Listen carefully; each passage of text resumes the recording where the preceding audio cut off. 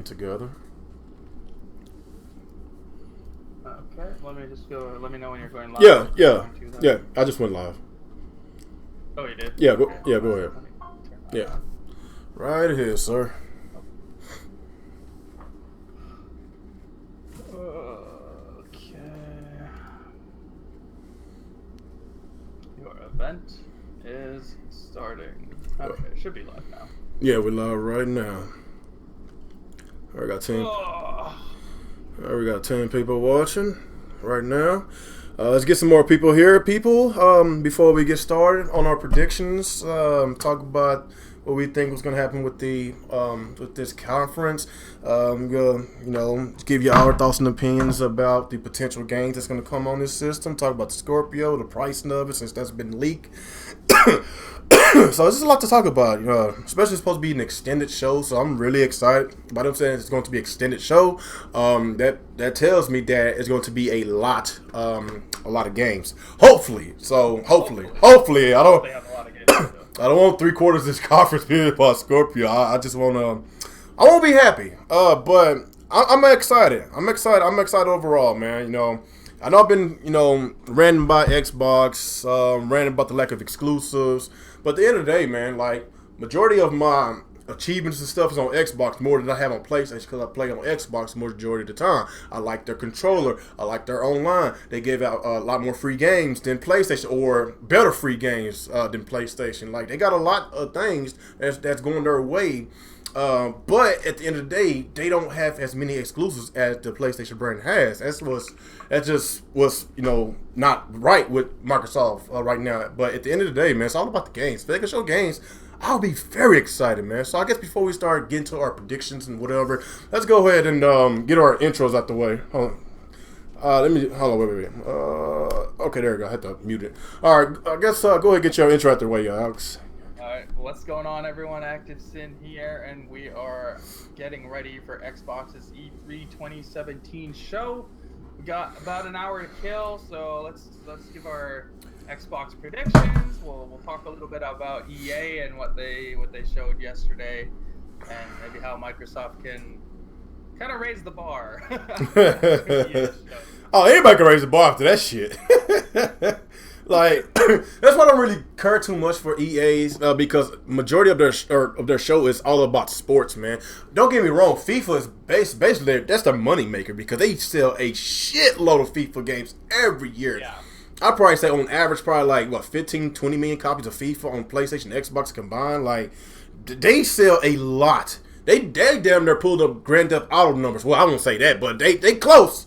They close. They sell a lot of FIFA games, so I understand why they so passionate about their flagship title, man. It's just it is what it is. Even though a lot of us that lives out here in North America, like, soccer is really not that popular out there, so I can understand why us in the Western audience is not as excited as a lot of people that live across the seas. But it is what it is, man. So, Alex, give me your intake, man. What you think about before we talk about the Microsoft? Let's just talk about this EA from yesterday. What do you think about EA?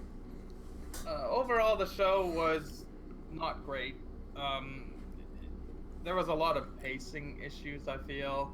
Like that whole segment with the guys, what the hell, there was the guys in suits, I think they were called. It was just like two guys hyping up soccer for way too long. It was very odd. It was. The Need for Speed game looks really good, I thought. It reminds me of Burnout meets Fast and the Furious. Graphically, looks really good. Gameplay wise, looks fine. Looks pretty solid and looks like it's gonna have a good story. It just looks like they're copying the Fast and Furious movie game, so I'm good with that. And I thought that game looked really good. They announced Battlefield 1 DLC. I think that's a really terrible way to start your show. Starting with DLC to just take off your show, that's very strange to me. Yeah. But DLC does look good. They have new maps and some new story missions, and it looks good. Battlefield's a good game. Mm-hmm. Then they had like a new IP where you have to escape from a prison. It's a co-op game made from the guys who made Two Brothers. That game looks pretty good. And they showed Star Wars. Star Wars looks really good too. But then, yeah, they had the sports stuff, which you know they're gonna do because it's EA. They love the sports. FIFA. They showed Madden. They showed NBA. None of that interests me. But the football game has a single player campaign now, which is pretty cool. But yeah, that's about it. Like, they didn't show anything incredible, and there was a lot of slowdown, a lot of talking, just a lot of random people on stage. They had like iJustine on there, and that guy from the prank YouTube channel. Like, what are these people doing here? And they had some random, I don't know, he's random. He must be a big YouTuber if he was on the stage, but some YouTuber during the Need for Speed presentation who totally froze up. He like, oh yeah, deer in the headlights. That was brutal. I felt so bad for that dude. He was just like, I'm a YouTuber. Here's Need for Speed. I'm a YouTuber. Oh man, that dude. That was yeah. They probably will never hire that guy again, unfortunately for him. But yeah, overall the show was bad. I don't think it was as bad as people are making it out to be. Like, it was like the worst thing they've ever seen in their life, because we all here have survived the Nintendo 2015 conference. Oh shit! But it was not a good show, not a great way to kick off E3. So in that respect, Microsoft can easily beat that show. Oh yeah, easily. Okay, so that's all you got on that. Yeah, basically what he was saying, like, that prison game, I forgot the name of it.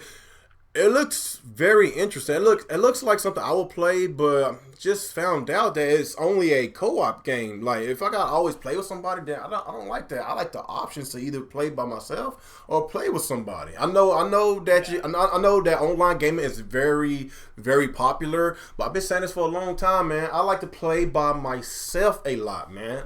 Online is just a plus with me, you know.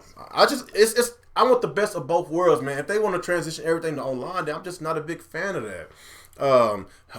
Hopefully it has couch co-op. If it's just only online, then that's bullshit, man. I think they said it has couch co-op and online co-op, but either way, you have to play with someone. You cannot play this game by yourself. Yeah, basically. So it's kind of interesting. In like the screen will always be split screen. So like, let's say I'm the guy with the big nose, the guy with the beard. Yeah. If you're in a cutscene, like you're getting interrogated or something, my character is actually able to move around outside of the cutscene, and I can like come and try and save you while you're stuck in a cutscene. Mm-hmm. That kind of stuff is pretty cool. Yeah. But at the same time, like it's just strange that you can't play this game by yourself with an AI helper. Yeah. And the game's called A Way Out, by the way. Oh, A Way Out. Okay. And it Okay. just reminds me of Shawshank Redemption. Yeah, I've been hearing a lot of Shawshank Redemption. Like, no, that looks really cool to play, but I want options, man.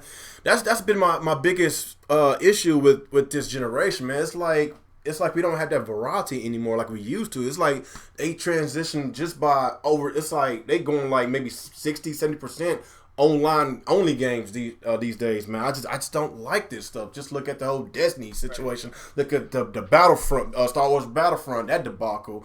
Ghost Recon, and what was that other one from Tom Clancy? It was God dang it, it was not Ghost Recon.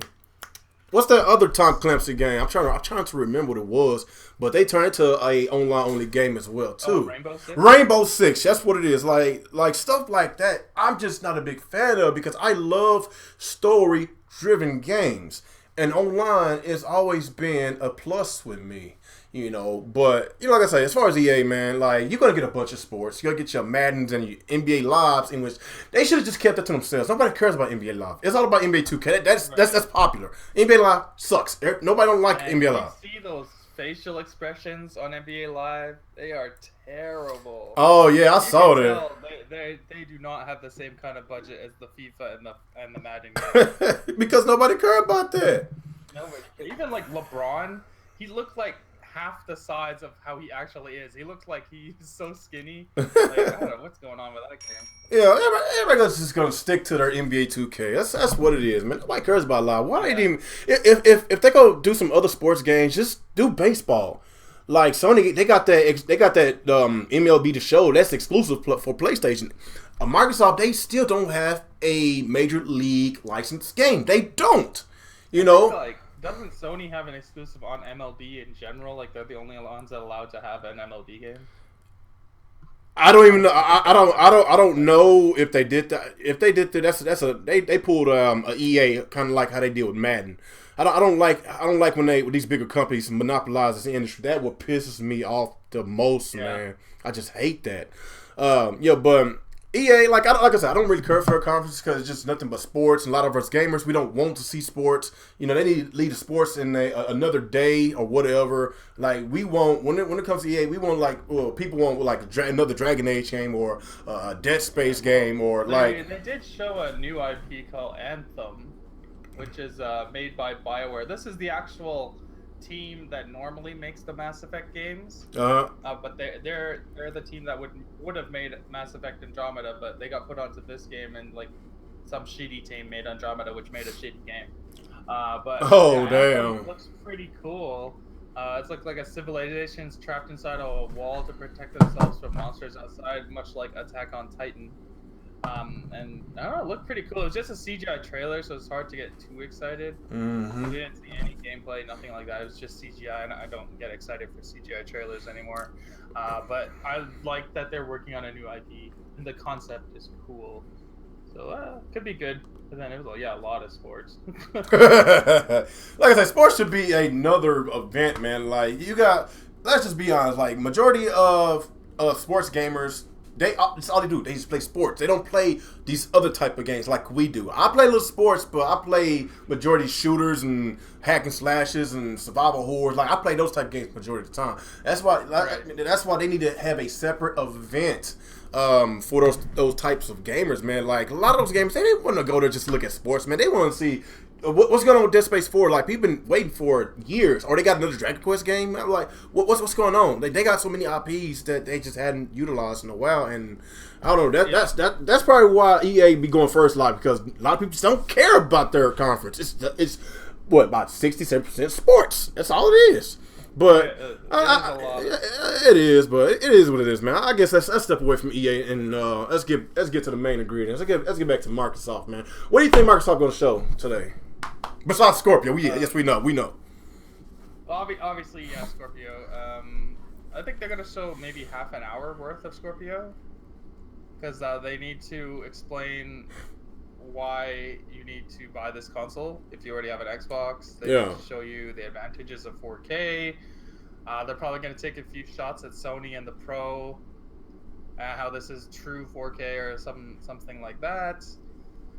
I think they're going to talk about some of the features of the console, how you can record in 4K. I think you can record 4K 60 FPS. Yeah. So that's good for stuff like Forza. Yeah. They'll probably talk about Mixer, which is Beam, their streaming service that they rebranded. Yeah. And hopefully a lot of games, because Phil Spencer said their show is longer than usual this year. So that's good. And it's because they have games to show. I hope they have exclusives to show, because that's kind of the area that they're lacking right now. So I'm hoping to see that. Obviously, we're going to see Crackdown, we're going to see Cuphead, we're going to see Sea of Thieves, and what was the other one? State of Decay 2. See some third-party stuff, but like Sony has a lot of the marketing rights this year. So I don't know which ones they're going to show. I heard there's a rumor, or I guess a leak, that Ori and the Blind Forest 2 is coming out. Is that true? Oh yeah, I hope that's true. I like Ori and the Blind Forest. Okay, I never played Ori and the Blind Forest. I hear a lot of great things about it. I'm going to have to check that out. Yeah, it's a good game. Oh, okay. What you think about the pricing of this Scorpio, the leak from what's his name? I forgot. Okay, so Jeff Keighley has leaked the price of the Xbox Scorpio, and he has said he is confident that the price is going to be $499 from what he's heard, unless something changes last minute. So $500 for the Xbox Scorpio seems to be the price point, which is in line with what I've been saying for a long time now. $500 to $600 for Scorpio because of what specs you're getting, what performance you're getting. As far as a console goes, it is in a league of its own. Oh yeah. So it's not going to be the same price as a PS4 Pro. It just doesn't make any sense. It doesn't matter that it comes out a year after the Pro. Like the hardware is much better than what's in there, so it's going to cost more money. So $500, I think, is more than fair. And if you remember when Xbox One launched, the original Xbox One, that one was $500 as well. So Yeah, yeah, I understand. It was $500, and the specs compared to both consoles not even comparable. So I could say it is a fair price, but like, is this supposed to be the console to basically, I guess, compete with Sony? That's been the main question. But the pricing of this Scorpio, I don't think it will compete with Sony. It won't compete with Sony. Because, like an average gamer, they're not gonna spend that much money on a console. Like, this is really just for the hardcore gamers. That's just basically what it is. It is what it is. Yeah, that's who this console's for, anyways. It's for the extreme Xbox fan who wants an upgrade. So you get the Scorpio. It's not for the general consumer. They're gonna buy the normal Xbox One S, or they're gonna buy a PS4 Slim. Yeah. The cheaper console, that's what they're gonna buy, because they don't care as much about stuff like 4K and the graphic fidelity and all this stuff. Mm-hmm. It's not for them. Like, Microsoft has said this much as well. Like, they know Scorpio is not going to be a massive seller. Like, their big seller is still always going to be the Xbox One S, because price point, it's more attractive price point. This is a premium product. Not everyone buys the premium product. That's just what it is. It's the same situation with the Pro. Mm-hmm. Most people buy the standard PS4 or the PS4 Slim. Majority of people don't buy the Pro. Like, some survey came out, and it's only 1 in 5 PS4s that are sold are a PS4 Pro, which is about 20%. So about 20%. I would imagine it's gonna be something similar for Xbox as well. Yeah, basically. I'm looking at I guess my chat got disconnected. Let me see what's going on. Oh, really? Let me try to fix this right quick. Yeah, I apologize, people, for my chat's not working right. Let me see. Okay, what should I do? Pop it out. Hold on. There's a pop out chat. Okay. Yeah, I do expect release dates of those 4 games we've been talking about for years. Oh yeah, they gotta have release dates for Sea of Thieves and Cuphead. It have to, man. Especially because we've been hearing about those for years now. Yeah, it's like I said, this is a make it or break it E3 with Microsoft. And that's how I feel about it. I'm a big fan of Microsoft, but they can't keep doing this to their fans that actually wants exclusives. Like, I know some of these extremists in this community are gonna basically just damage control for them, talking about we don't want exclusives, we want multi-plats. Like, these are the people that will run you out of business, man. Like, I'm just being honest. You cannot listen to those people, man. Even saying that doesn't make any sense, because Microsoft doesn't make the multi-plats. You're gonna get the multi-plats regardless, so I don't understand that kind of reasoning. Well, you know why. I'm just trying not to say it, man. The only reason they're saying stuff like that is because they don't have exclusives. Yeah, you're right. They don't have exclusives, man. That's just what it is, man. Like, yeah, only a fool advocates to have less games. That doesn't make any sense. Yeah, that is true. Okay, now what the hell's going on with my chat? No. Why's it not moving? Hold on, let me see what's going on. Oh no, okay, no. What the hell?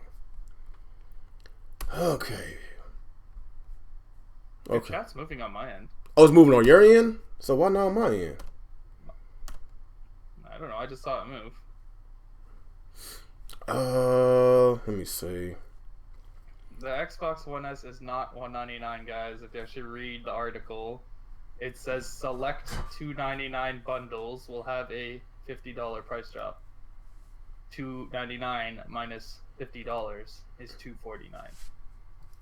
Just so you know. Oh, okay. Sup, Super Metal Dave? Sup, Brad? Yep. All right, let's get back to this. Okay, now there it is. Like, I don't know what the heck is going on. Okay, the chat is back working again. You heard that it's gonna crap out again? I hope it won't crack out, man. That would suck. All right.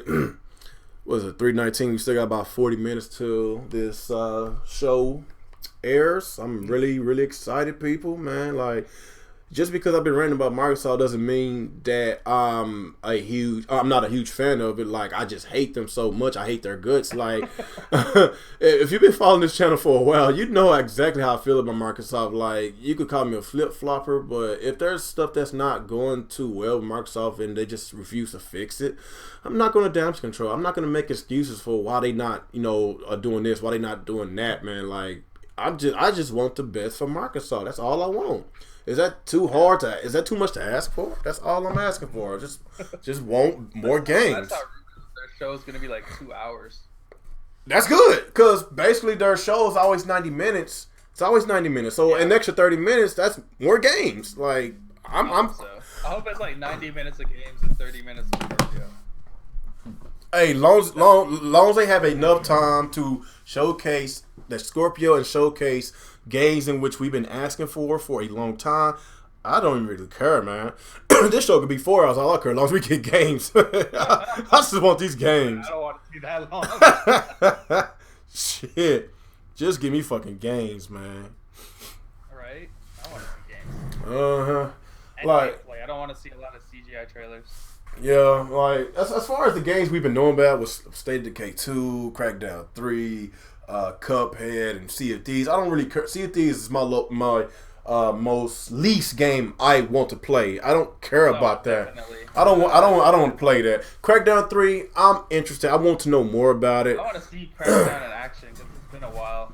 Yeah, State of Decay. But like, State of Decay bores me too. I don't know. Well, you told me you don't like zombie games or you don't like horror games, period. So I understand why. Yeah, that one's not appealing to me. I want Cuphead and probably Crackdown.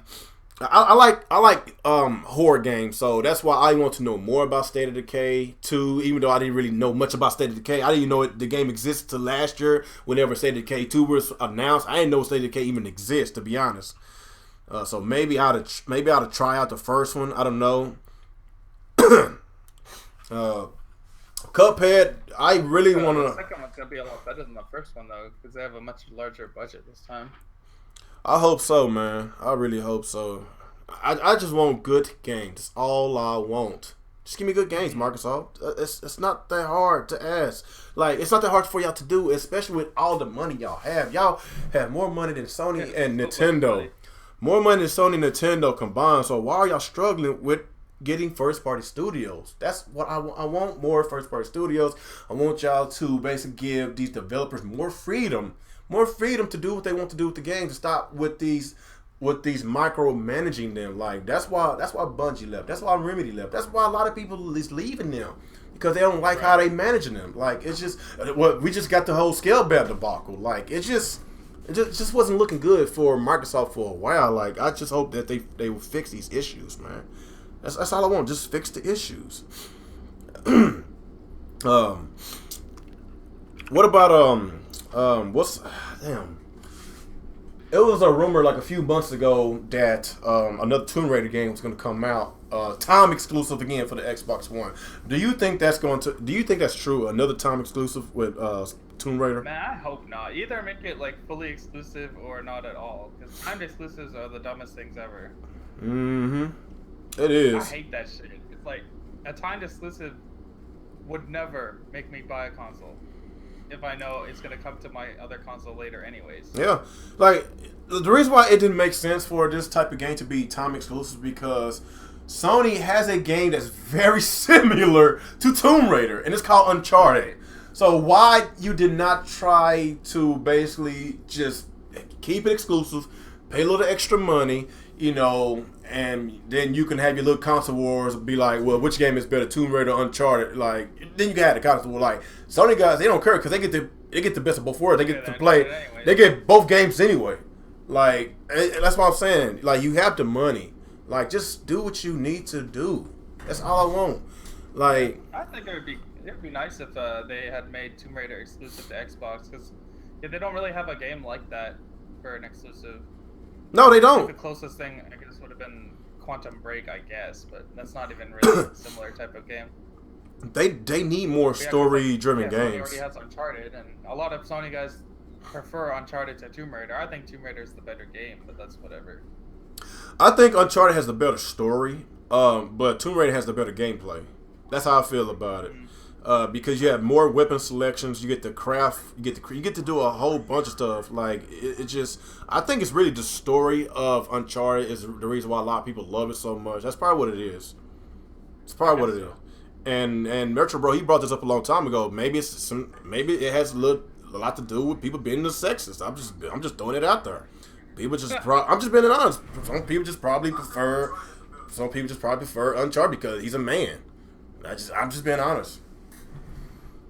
But I am looking forward to Tomb Raider because I love that game so much. I bought it on both consoles. I bought it on Xbox, and then whenever it came out on the PS4, I bought it the same day it was. When I bought it today, it was launched because I just enjoyed it. Like, you know, I love games like that.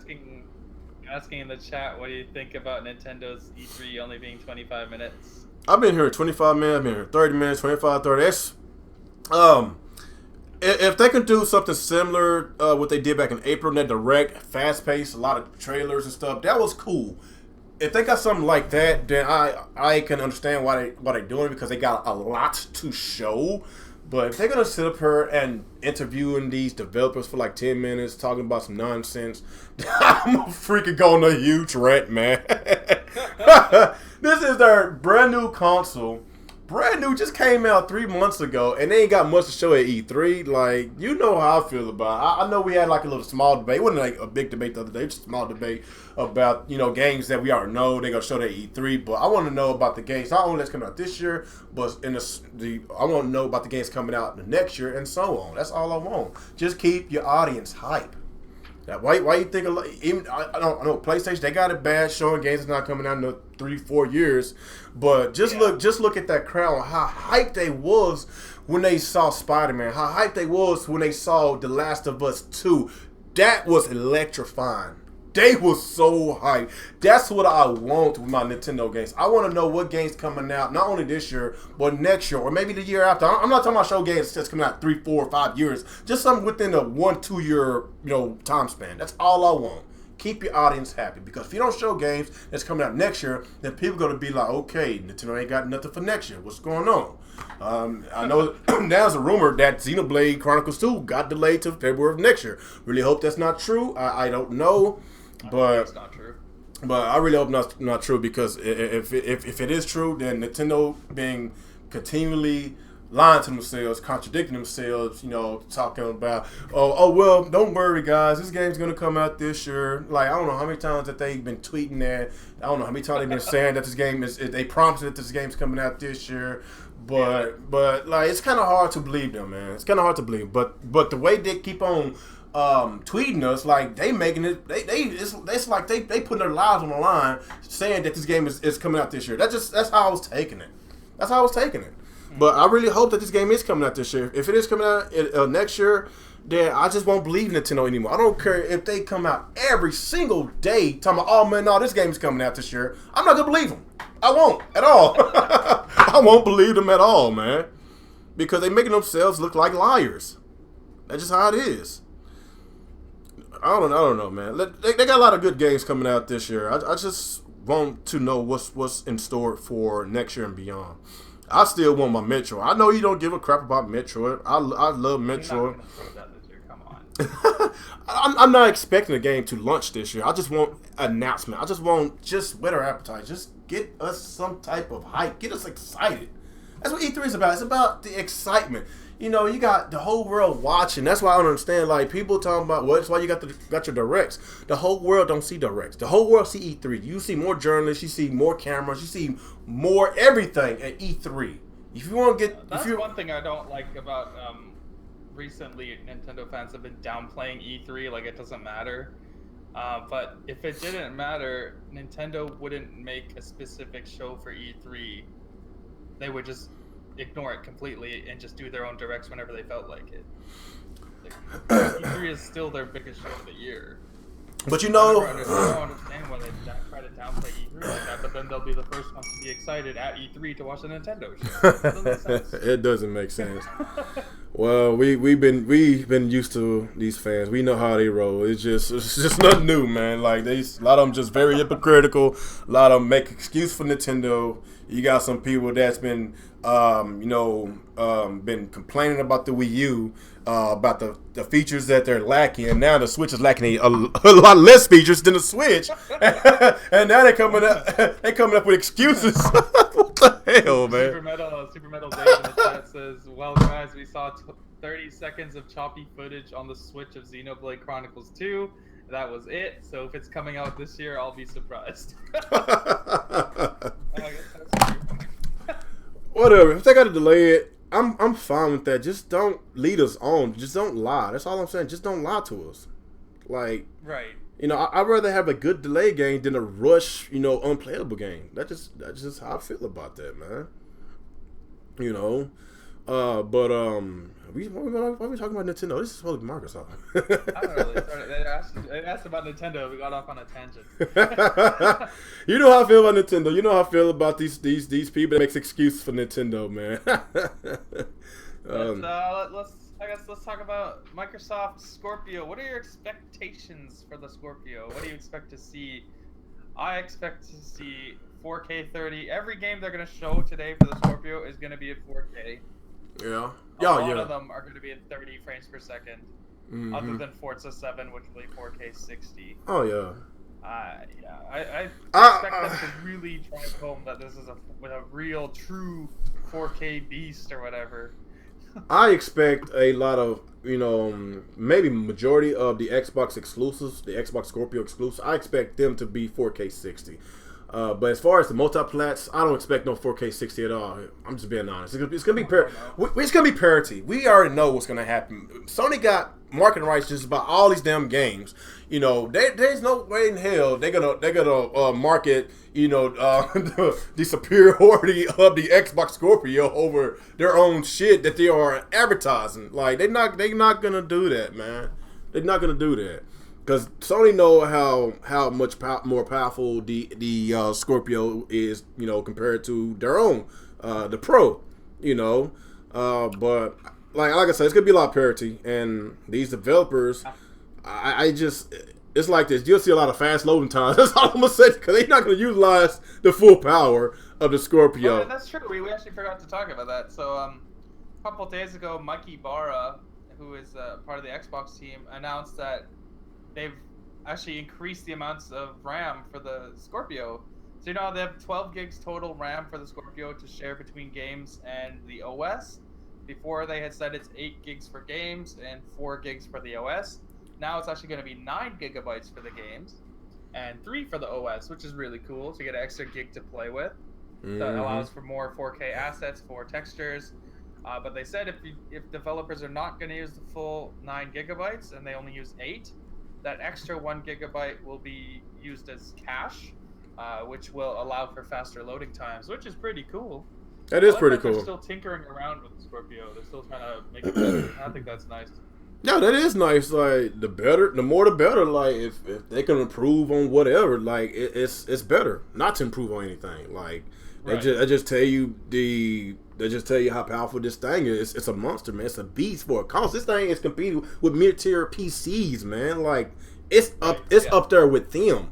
And if it is priced at $500, even though a lot of people might have an issue with it, but just compare the price of Scorpio with a lot of these other gaming PCs, man. It's like a lot of these people that actually want to get into PC, they might be like, you know what? I'll just get the cheaper. Option. I'm just get the Scorpio.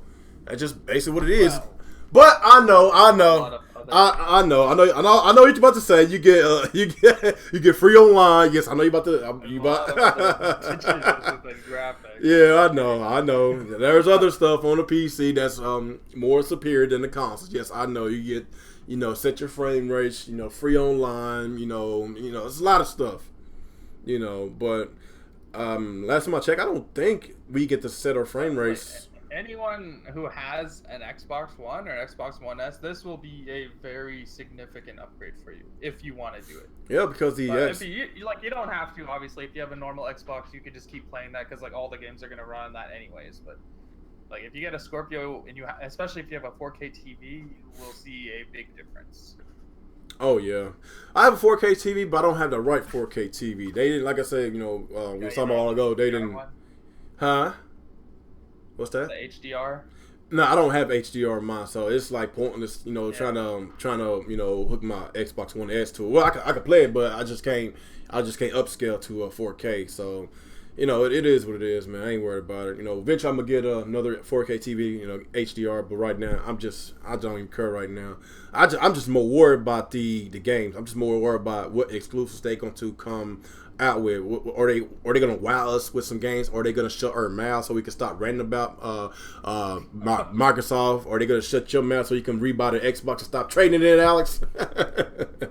Oh, they'll probably have, Super Metal Dave just I'm about to talk about now.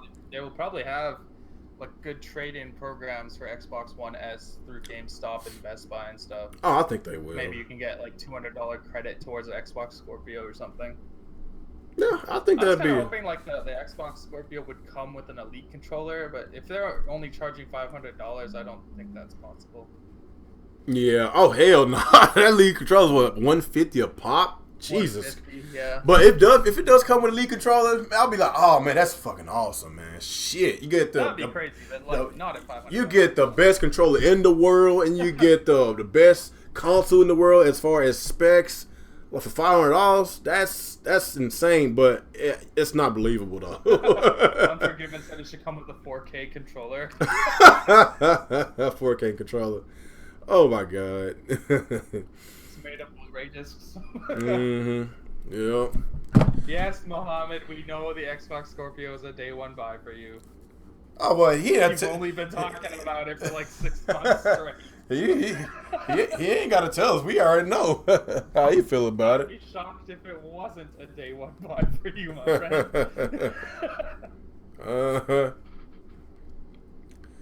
All right.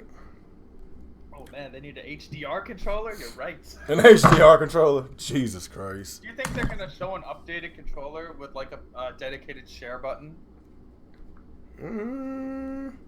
It's possible. I think it's possible. They might. I think we'll see like a second generation Elite controller. I think it's possible. That's one feature I love with the PlayStation. It is so easy, so convenient, man. Yeah, it's good on the Switch too. What we sharing on the Switch? We ain't sharing nothing on the Switch.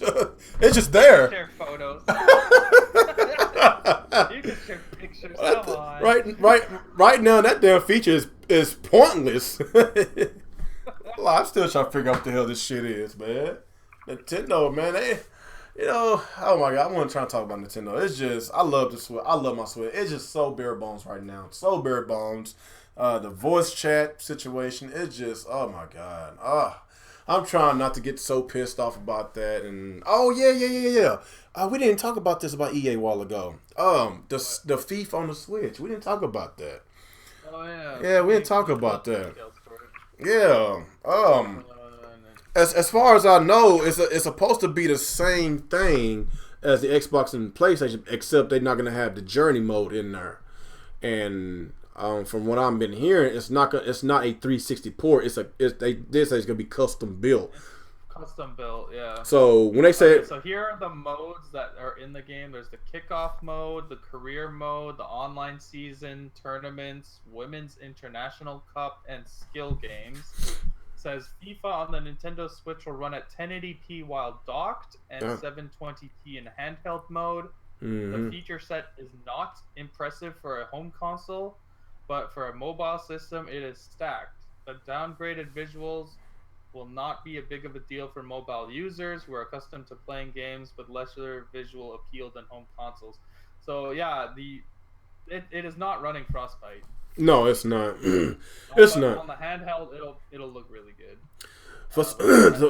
I'm gonna be honest with you. Even though a lot of people's not liking this, I think this game gonna sell really well, especially in Europe. I'm sure it will. I think it's gonna sell really well in Europe because the Switch is popular worldwide. And if they get to take their FIFA game anywhere they want and have like little tournaments and everybody have their handhelds, and of course it has Wi-Fi on it, like like they onto something with that. Even though I'm not a big fan of them not basically giving the Switch owners the exact same features, but it's that main feature that's what's gonna sell. That's the portability of this system. That's what it is. Yeah, they're banking on people. It says in the article here they're banking on people buying this as a secondary version to take around with them, because it does say here it's confirmed it does not run the Frostbite engine, and they will not have the Journey story mode. So. Like it sucks. The reason why I say it sucks because if this thing sells really well, they're not gonna fix it. Like if it don't sell well, they gonna be like, oh, well, they don't want it. We're not gonna make another game for the Switch, even though we didn't lift out features. Like it's like a lose situation if you think about it. Like the type of stuff EA does sometimes. The thing is because the Switch is not capable of running Frostbite. I remember EA had said that before. Yeah, that's fine and everything, but how long? I thought the Switch is like it's right there by the Xbox One. How's it that much underpowered? I don't know, man. I don't understand. If the Switch supposed to have 1 teraflop and the Xbox 1.3 or 1.4 teraflop, something like that, that's not that far from the Xbox. So I don't understand how they couldn't fit it. This system it can run Unreal Engine 4 games, so it's not that much underpowered. Like it's just they just don't want to do it. Let's just be honest. They just don't want to do it. That's probably why our good buddy Mr. T is pretty pissed off right now. Oh man, he went on a rant yesterday. He was pissed. If you saw his video about what? About EA. EA. Yeah, he was mad. Yeah, I saw that. He said he's officially back on this boycott. I got too many other consoles. It don't matter to me if it's not coming to the Switch. Oh yeah. Mm-hmm. Oh shit! Spilled my beer. Oh, that was our buddy. He's streaming the press conference, even though he's a Nintendo channel. Why use one device when you can use two? Oh my god, that was convenient. Wait and see. Oh my god, I'm not even gonna say who it is. Y'all probably in the chat. Y'all probably know who we're talking about. Could have figured out by my little accent. Damn. Oh my god, that kind of pisses me off. EA already said Need for Speed Payback is not coming to the Switch. Man, that sucks. Like the Wii U got a EA racing. They got a Need for Speed right on Switch. Yeah, they did. Was it Most Wanted? No. Yeah, no, for the Wii U, they got the Most Wanted for the Wii U. Yeah, and that Most Wanted. And it was like a special version too. And actually, they said that was the best version on the Wii U. Yeah. That's annoying. I don't know. That Payback game looks pretty damn cool. I would like to take that in the go with me, but nigga, it's not. Whatever. It is what it is, man. It is what it is. You're right. It is what it is. Just have to get it on the PlayStation or the Xbox. Yep. So it's what time is it? It's 3:42 my time. So basically another 18 minutes. We should be starting. We get to see Phil Spencer. With his slick back hair and his hands in his pocket. He pulls out one pocket, drops bombs. He pulls out the other pocket, drops more bombs. That's how he rolls. You know, it'd be so funny if he come out with some kind of armor, some kind of knight armor, whatever, with a sword in his hand, and a fake head of crap gamer. Oh my god, that would be so funny, dude. Oh my god, that would be so funny. Oh shit. Like Kid Smooth is E3 at the Xbox conference. Oh really? Nice. Yeah. Man, I swear that I will freaking die happy, man, if he does that, man. That would be so funny. Oh my god. Just comes out on stage, he just says, "Stop listening to this man." We do not condone this idiot. Oh my god. Oh yeah, of course we have to put a little crap gamer jab in this. Oh yeah. What is he gonna say when the Xbox comes out and it's $500? This idiot has been running around telling everyone it's gonna be $400.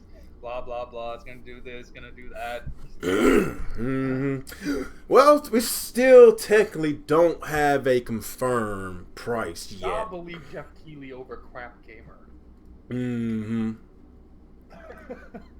They'll say that much at least. Well, I hope they have a good show though. Like, oh yeah.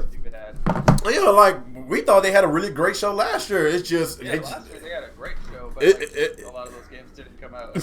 And a couple of them got canceled. So, That sucks.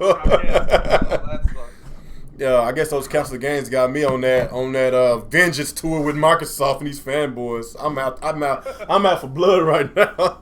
Apparently, that new IP from EA, the one that had the CGI trailer, like it's gonna have actual gameplay at Microsoft's conference, so that's good. Oh, nice, cool. I forgot what it's called already. Something with an A, but I don't know, that's man. gameplay, so that's exciting. Okay. I really hope they secure some third-party exclusives or something. So, what type of games do you think Microsoft need to have to basically, I guess, gain a lot of people's trust back, or have you buy Xbox again? Well, that's not gonna happen. But they need more single-player heavy games, like something to combat Uncharted, man, and Zelda, stuff like that. A lot of their games are just like online shooters, and like Sea of Thieves is an online-only game. It's made for like streamers, so I don't know if that's gonna catch on or not. Probably gonna be filled with microtransactions, which sucks. Cuphead should be good. I'm hoping, because it was a boss run fight, like a boss run game, but like people weren't liking that because there was no actual levels, so that's why it's taking so long. So remaking the game, I guess. But I really hope they're gonna show it and it's like spectacular. And Ori, I hope that Ori is good because the first Ori was a really, really, really good game. Oh yeah. Oh shit. Like a top tier platformer game. Hey, guess who just uploaded a video? Blackbuster Critic. Who? Blackbuster Critic. Well, yeah, it's E3. It's the only time it comes out, man. Damn. He should just stay away from YouTube. Damn, that's the only time he comes back. Like, I don't know. He has a nice following. Like, you got that many subscribers. Like, why do you abandon your fan base like that? I don't get it, man. If I had that fan base, man, I'd be working my ass off, man. Hey, it is what it is, man. Let me see. Man, 14 more minutes, man. 14 more minutes. Can't wait, people. Can't wait. You want to get some questions in the chat? Yeah, sure. Yeah, I guess the people that's on my end, Alex end, give us some questions, man, about the Microsoft conference, man. What you think Microsoft gonna show, and how you feel about the $500 price tag, if that is true. I think it is true. What y'all think about it? Give us some questions. I think it's true. What's up, Dr. Blue? Spec the Cat. Jerry. Toad, what's up? Muhammad Ali. Ghost Geist. I can't pronounce this. Was it Muggy? Wara? Link? Muggy? Yeah, I will be right back. Alright. What's up, EJ Johnston? Matthew Pipes. What's up, man? Chris Davis, Jamaican Bacon. Christopher. Who else we got here? That might be it. Green Bolt, what's going on, man? Alright. Who's in Alex's chat? Let me see who's in Alex's chat.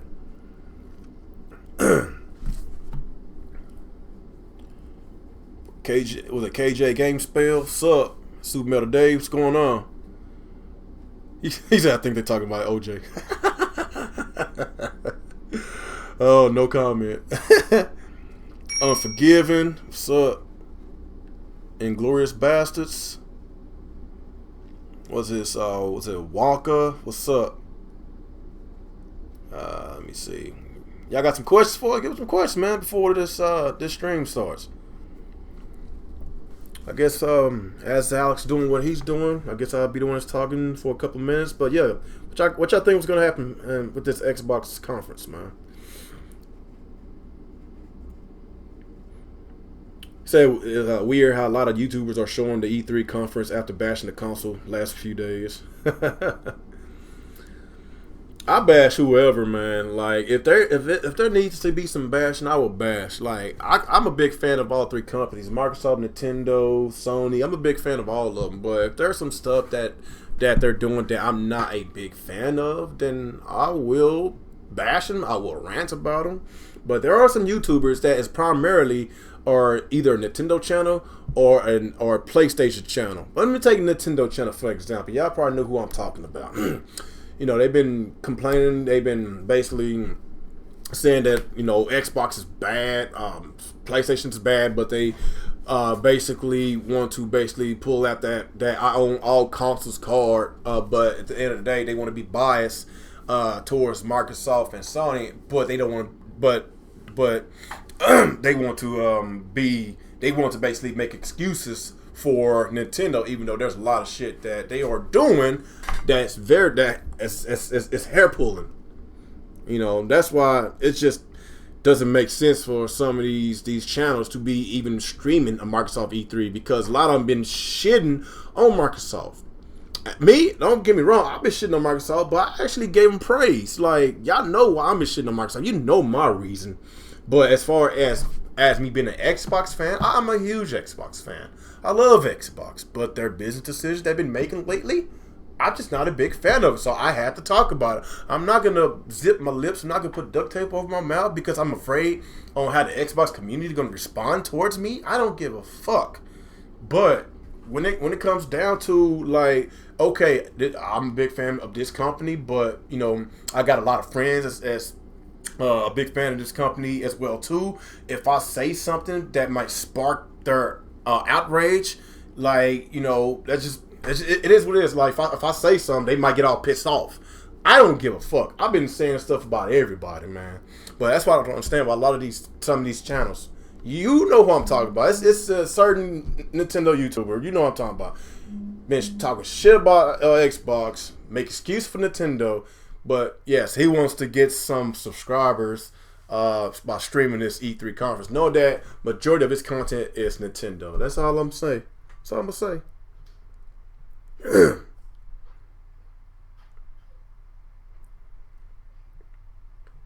You back, Alex? I guess he's doing some.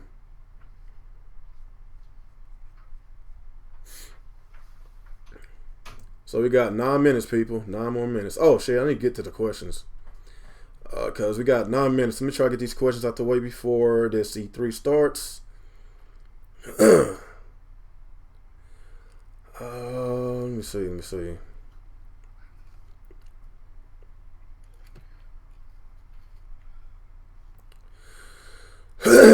You said, are they gonna break back Scalebound? I know a lot of people. Asking for that. I know Microsoft. Scalebound's coming, man. Nah, just because they renewed the They renewed the license for it or something. Yeah, something. They renewed something for it. And a lot of people automatically, you know, saying that it's going to come back. It's not coming back, man. If it is, it's going to be... Well, not anytime soon. Yeah, it's going to be years, man. They got to find a new development team to work. Studio, they're probably going to start from scratch. Yeah, it's a lot of money involved. So that's a process alone right there. It's getting the shit started. Do you think VR would be a big focus? Actually, VR will not be a part of this show, Muhammad Ali. Microsoft, they even said the other day, no VR for this show. No VR. Thank God. Please, no fucking VR. I'm not... They should make VR a separate show. Like, E3 is supposed to be about games. Games, and every 5 years, another console. Or if they're going to have another console, extend the E3. But VR should stay out of E3. That's just how I feel about it. Stay out of E3.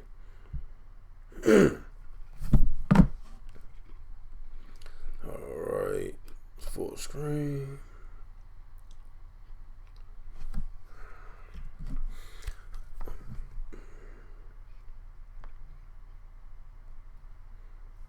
I guess you're eating some food. Yeah. I got my Mountain Dew, so I'm ready to go, man. Mountain Dew, baby. I'm ready to go too, man. That's why I didn't give up on my Xbox. That's why I still got it. I'm not selling it. I'm sorry. I'm not selling it. I invested too much time, too much money into my Xbox. I can't get rid of it, man. I'm sorry. I had it for about... I just bought this Xbox One S, but I didn't buy it on launch day. I bought it basically I think 3 or 4 months after it launched or something like that. I think I got it a year after it launched. About a year? I thought you had yours before me. I thought you did. I don't even remember now. But I know it's been. I remember when it launched. That's when I bought a Wii U because I waited a year to get a Wii U too. Huh. Or maybe it was only like 6 months or something. I could have sworn you had yours before me. I don't even know it anymore. I don't even know. Was we even talking around that time? Was it before I think so. Was it before I joined Reboot? Yeah, that was before. Oh, okay. He said, "Damn, real, keep skipping my question. What question, man?" Oh, do you think they show some rare IPs? Oh, my bad, man. I'm talking. Well, Sea of Thieves is from Rare, but that's a new IP. I don't know, man. I really hope they give us like Battletoads, Perfect Dark, Jet Force Gemini. Any of those, I'll be happy.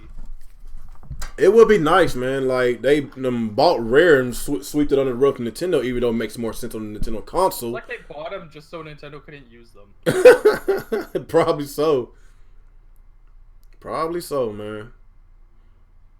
Would you be happy to see a Banjo-Kazooie? I really never been into the Banjo-Kazooie game. I'm just being honest, because I like Banjo-Kazooie, but like the one that was on Xbox was so bad. Like, I was a Sega guy back then. That started on the 64, I believe. So I didn't have a 64, but my friends and I had family that had it, so I played a lot of games over there. I was more of a Sega dude back then. You're still a Sega guy. What that's supposed to mean? Well, I'm always be a fan of Sega, but like it is. I'm just saying, like I wasn't really into Nintendo like I am now.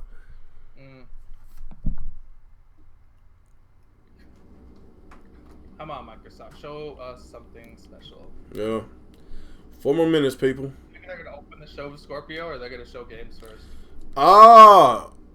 That's okay. I think they're opening with Scorpio. Honestly, I think they should. That's a good one because you need to start strong. Starting strong is not just a console. This console could probably be dedicated to the hardcore of the hardcore Xbox fan base, knowing that not many of them's gonna bomb. So they need to start to show with something that's gonna sell a lot, and that's a big money maker IP, a new IP or something that attracts a lot of people, a lot of gamers to buy an Xbox. It's kind of like when Sony started the E3 with, was it God of War last year? I think it was God of War 4 when they started the E3. Yeah, they started with God of War last year. Now, that was freaking hype, dude. That was fucking hype. They need to show a big heavy hitter game, then you go to your Scorpio. You got to win them in first before you want to sell a console. They might start with Crackdown and then go right into Scorpio. Maybe, okay. I guess more gameplay. Give us a release date. Like I said, those 4 games we've been talking about for years, they need to come out this year. It has to come out this year. What, Crackdown? Yeah, Crackdown, Sea of Thieves. I think it's coming out. It has to. Because they only have... Was it June now? June? They only had one exclusive. One. This is the second time. Was the third time in a row? Was it 3 years in a row? They had one exclusive the first 6 months of the year, or 7, 8 months. That's not good, man. No. It's like they're just relying on third parties. Just imagine if they are. Just imagine if they was this whole time I thought they owned Bungie. I did not know that they did this whole time until like was it last year or something like that, or 2 years ago with Destiny. Yeah, I thought they had an exclusive deal. I could have sworn they owned them, but if they would have basically bought them out a long time ago, Bungie is a good. They're good at what they do. But the Xbox Scorpio picture just leaked. Oh really? Where? It looks just like the Xbox One S, but in black. Let me see. Where'd you go to see it? I just see it on Twitter. I don't know if this is real, but like, if it is real, that's pretty lazy.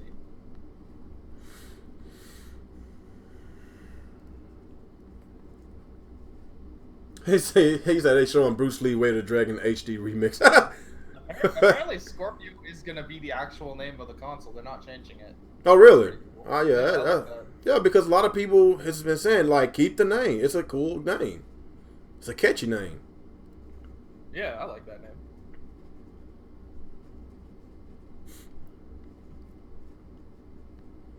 And those of you who are not in our Discord, you should join our Discord because it's a lot of fun. Mm-hmm. It's called Team Red Gaming. You can be in the general chat with everyone else here. Here's a picture of the Scorpio if you want to check it out. That is the Xbox Scorpio, supposedly, and it looks like it's coming with the standard controller.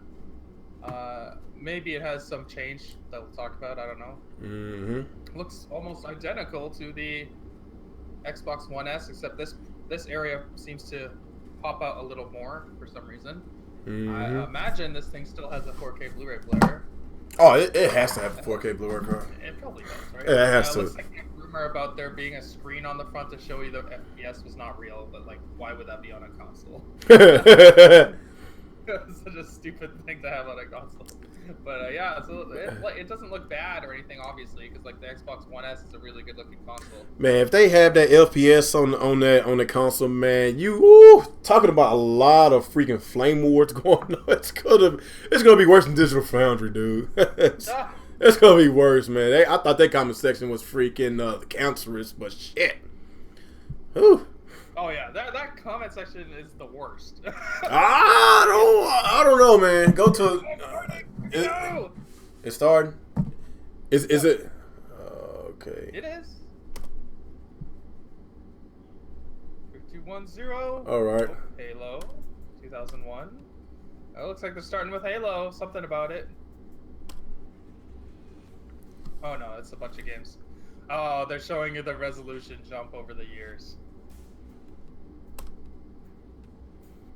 Hold on. I might need to scale mine down. I'm gonna put the quality on 720p. I want no jumping.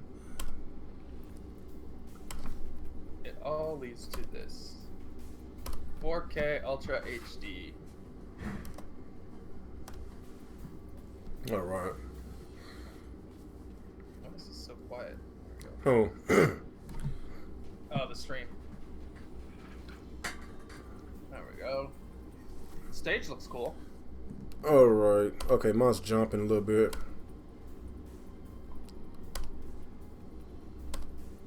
Okay, yeah, they're definitely starting with Scorpio.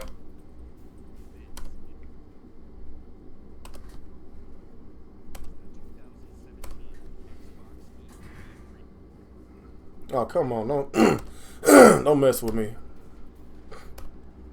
Okay. Oh, there's the CPU. Okay. Whoa.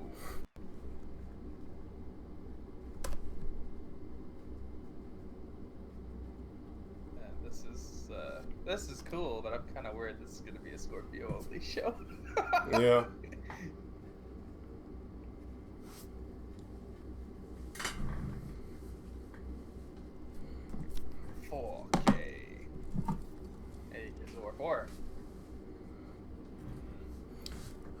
So they all open up with the Scorpio. Yeah, they're definitely opening with Scorpio. There's Shadow of War and Master Chief. Forza, obviously. Hold on, I think I'm not. You might be ahead of me a little bit. Just just press refresh on your screen. It should catch you up.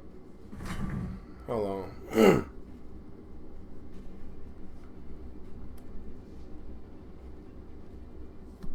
Oh, let me refresh mine, guys.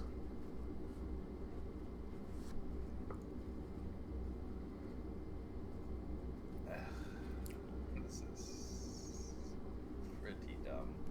What? Oh, it's just like totally over dramatizing 4K. Okay, yeah, okay, there it is, the Scorpio. So that picture was real. Feel true power.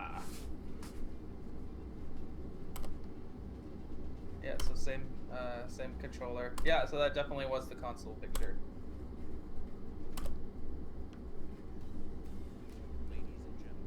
Oh, come on. Phil Spencer. Oh, come on. Stupid. I'm about to go somewhere else. Phil. I'm about to go somewhere else. This thing's tripping. Phil, keep your hands in the pocket. Take them out one at a time. Start dropping bombs. Okay, why is this thing... I'm about to go to YouTube.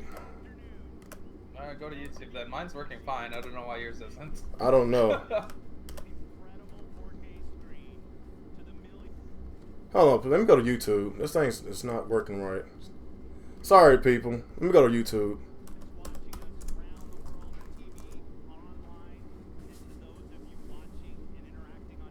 Xbox Mix Pot giveaways exclusive to viewers logged into Mixer, which is what I'm doing.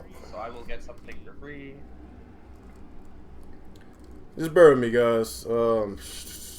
What? What's that? Where should I go to? IGN? Just go to like Xbox's YouTube channel.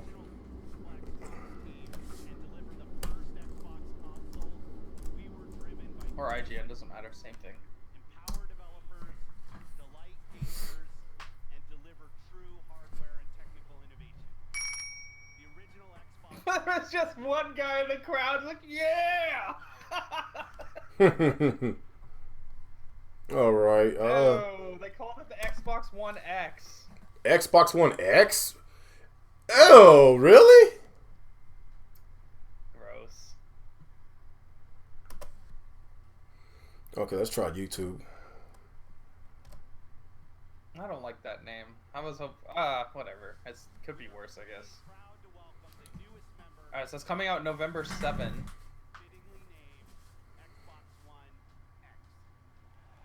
Okay.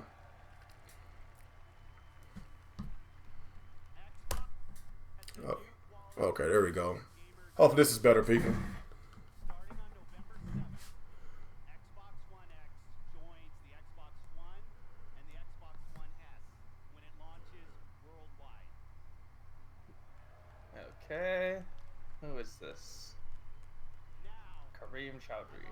What's he gonna talk about today? leaders in the Xbox engineering team responsible for making the Oh, he's a Xbox software engineer. Head of engineering. and developers. Please welcome my friend Kareem Chowdhury to tell you more. Yeah, it's running a lot better on YouTube. That's weird. I'm having no problems here. Well, I am on a laptop, so I gotta get a PC.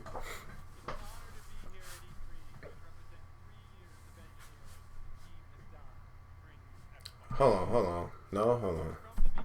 We know the specs of Scorpio. You've been talking about this for fucking 6 months. Power, compatibility. Let's talk power. Start with the specs. 6 teraflop clock at 1.1 12 gigabytes of DDR5 memory, and 326 gigabytes. Oh yeah.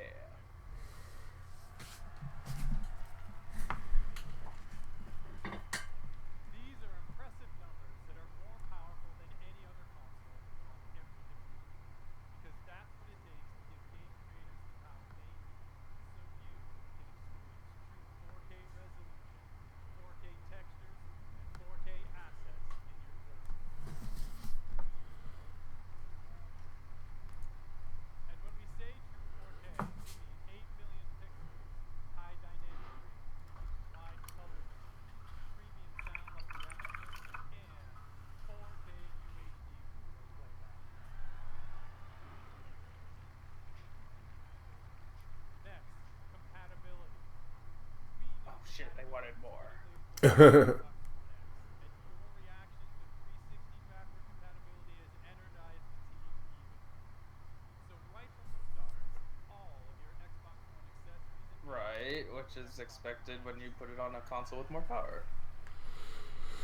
for the team and me, that wasn't good enough.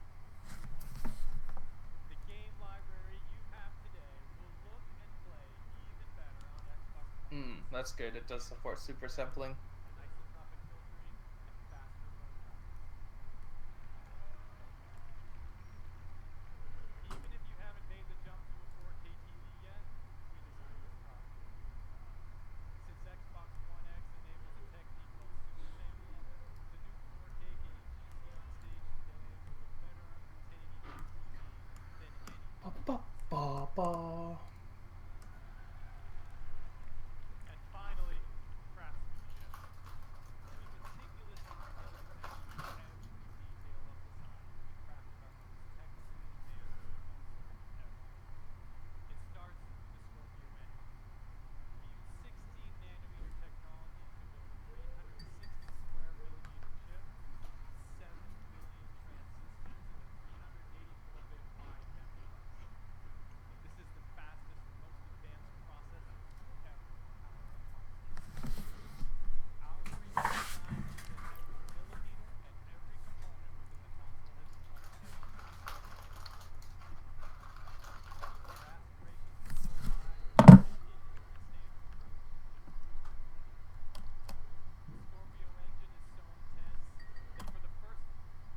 Oh. time ever on a console using a liquid-cooled vapor chamber on the high-end PC.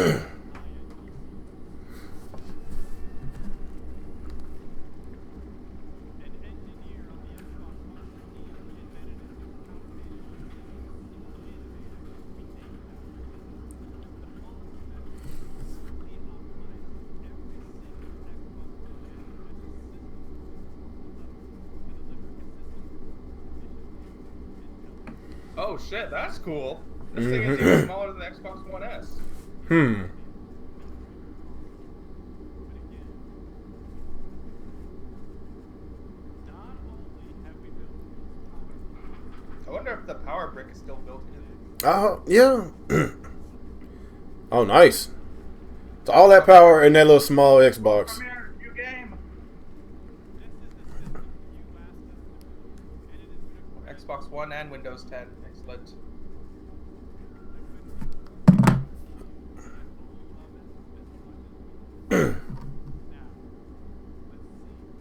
Yeah, Camel Wars.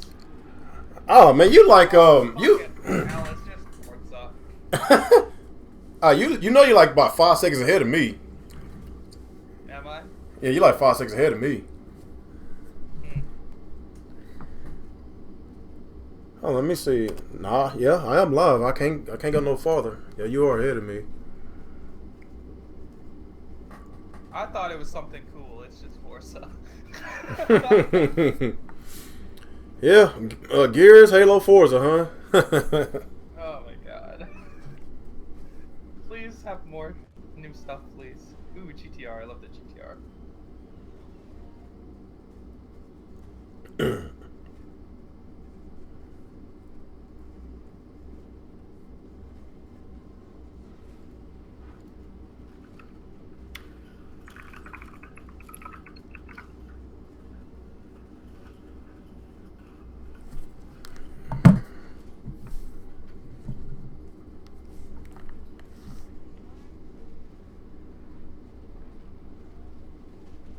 It was Forza. Oh my god. Well, that's pretty obvious. Forza. The 5th Forza on Xbox this generation.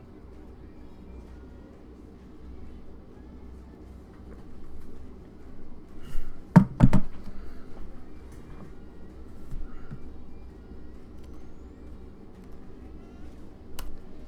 wonder what would happen if they let these guys make a different game other than Forza. Because, like, look what happened with Guerrilla Games when they stopped making Killzone. They made Horizon. Yeah.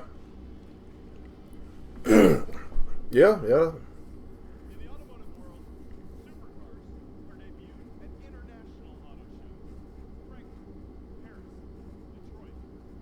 But through your passion for racing on Xbox and PC, Forza They finally got Porsche back. That's good. in the automotive industry. So today, for the first time in history, a flagship supercar is making its world debut here at E3 in front of you.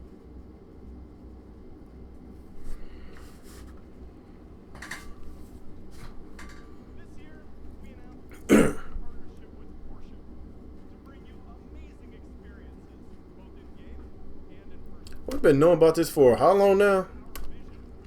Our vision for the future of esports. Oh, is this what's happening right now? They're like hyping up a car? The guarded walls of Porsche. That honor belongs to you exclusively. Ladies and gentlemen, may I present the 2018 Porsche 911 GT2 RS.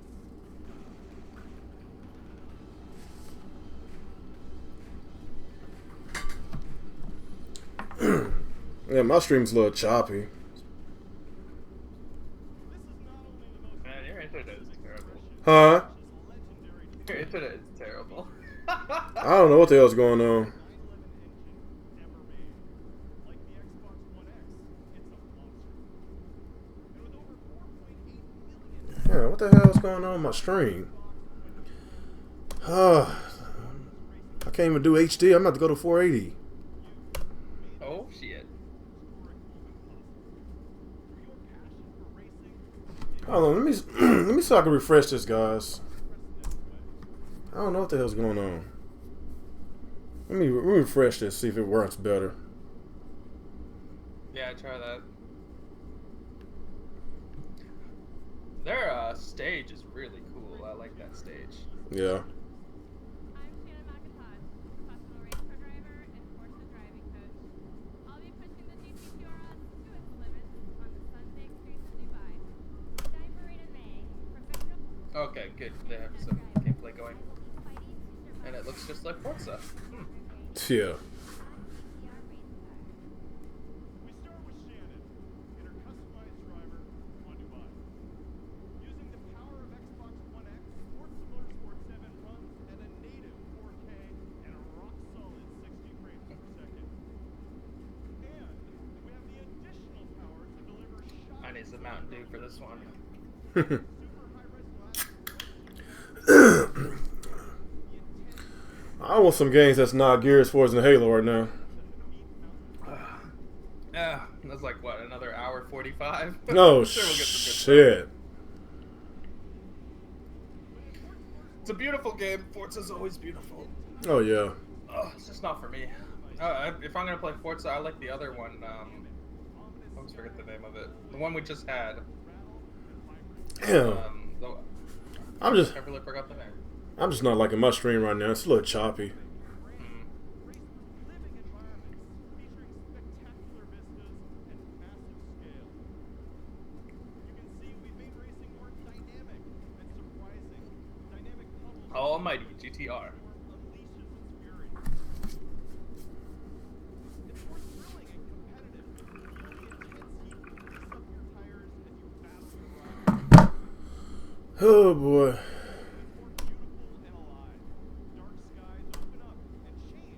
Horizon. I forget that. Forza Horizon. Forza Horizon. Yeah, that's the ones I like.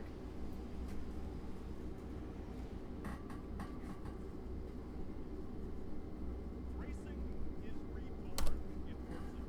Whether running on the Xbox Oops. One family of consoles, comprehensive racing games ever made. With more than 700 cars, it features the largest collection of Lamborghinis, Ferraris, Wait, no way. The Xbox One X is the most powerful console ever made? No way. No way? No way? Alright, Phil. Show us something cool, please. This week at E3, like me, you can be the first to drive it. So come experience the most powerful road Hmm. noise on the Xbox One X. Comes out October 3rd. That's pretty good. So that's coming this year. Expected, of course, though. So it's 4K 60 on Scorpio. Xbox One X. Oh, that's pretty expected. Oh, here we go. Largest and most diverse game lineup. Okay. Play a ton of Forza Motorsport 7 when it ships on October 3rd. And when Xbox One X launches, we will all get to I hope so, man. Motorsport 7 in true 4K and 60 frames per second.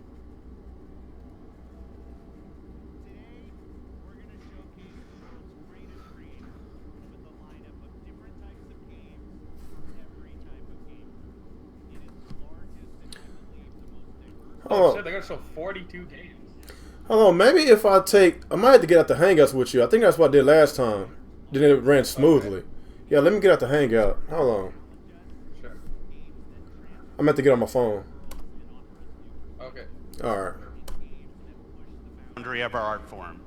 Today, we will feature 42 games here on our stage, including 22 games with console exclusivity on Xbox One. Oh, damn. Really?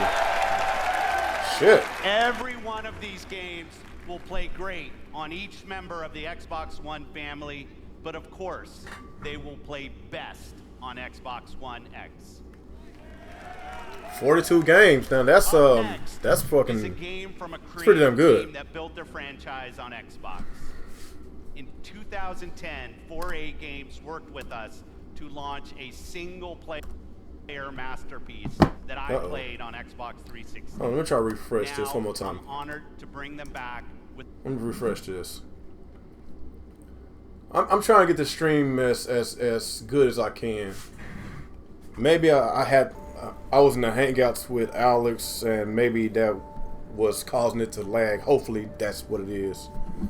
Let me get on this.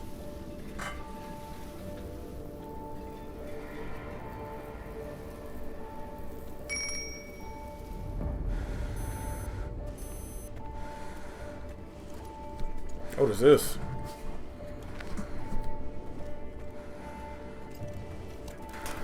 Oh, let me see if I can do. Maybe I could do 720p. Let's try. Put it in HD.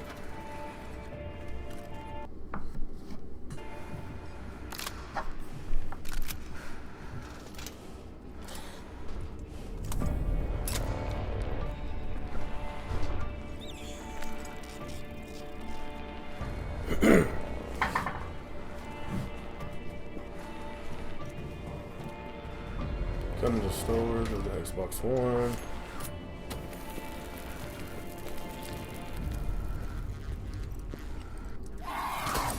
Oh, what is this?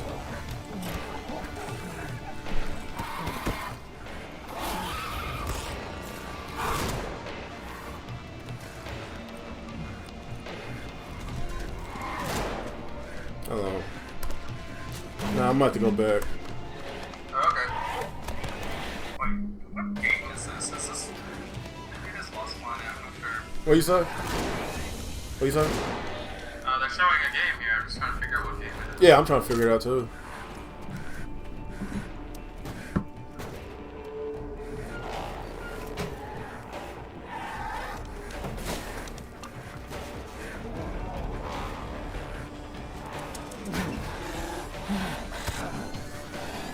This ain't showing like this. Hold on, man. I'm just trying to fix this stream.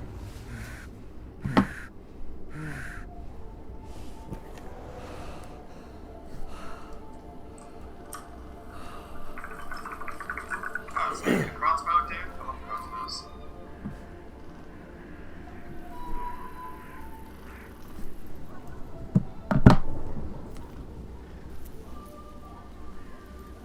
Find out more on Xbox Daily Live at E3, Monday, 3 p.m.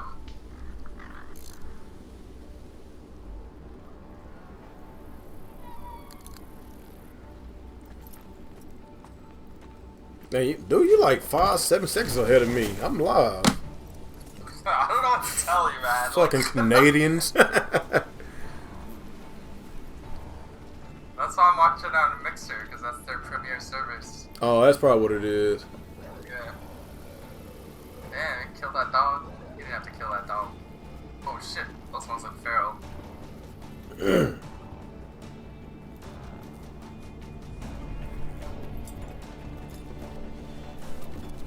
Holy shit!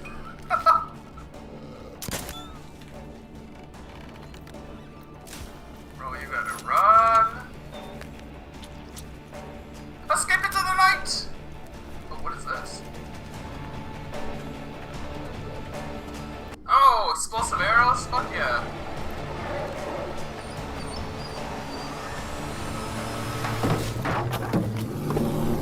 Oh shit, what is this?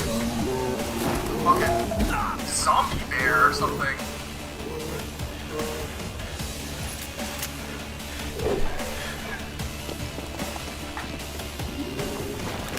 I'm pretty sure this has been through.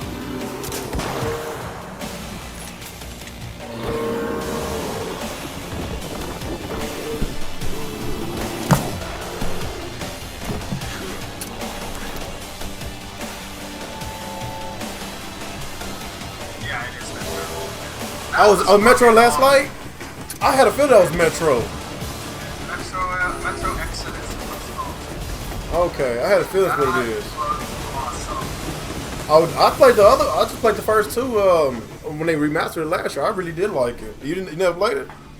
I haven't downloaded it. I haven't started it yet. Oh, dude, it's an awesome game, dude. Played both of them. Okay, I gotta play it. I have them both on my PC, just like ready to go. I just haven't had a chance to play it. Oh, really? Assassin's Creed!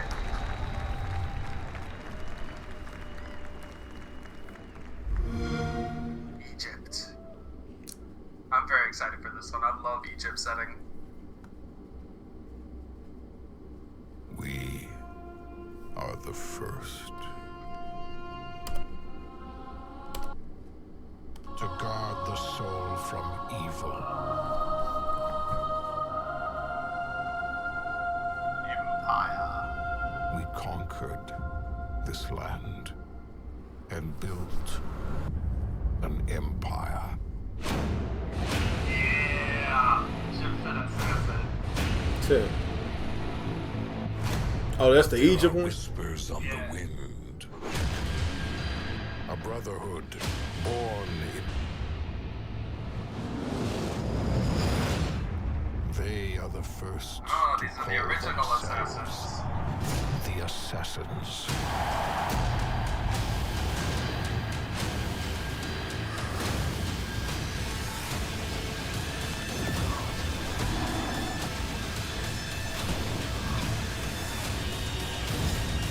I wonder if they're finally gonna evolve the combat. Yeah, we killed like 5 people with one bow. Nice.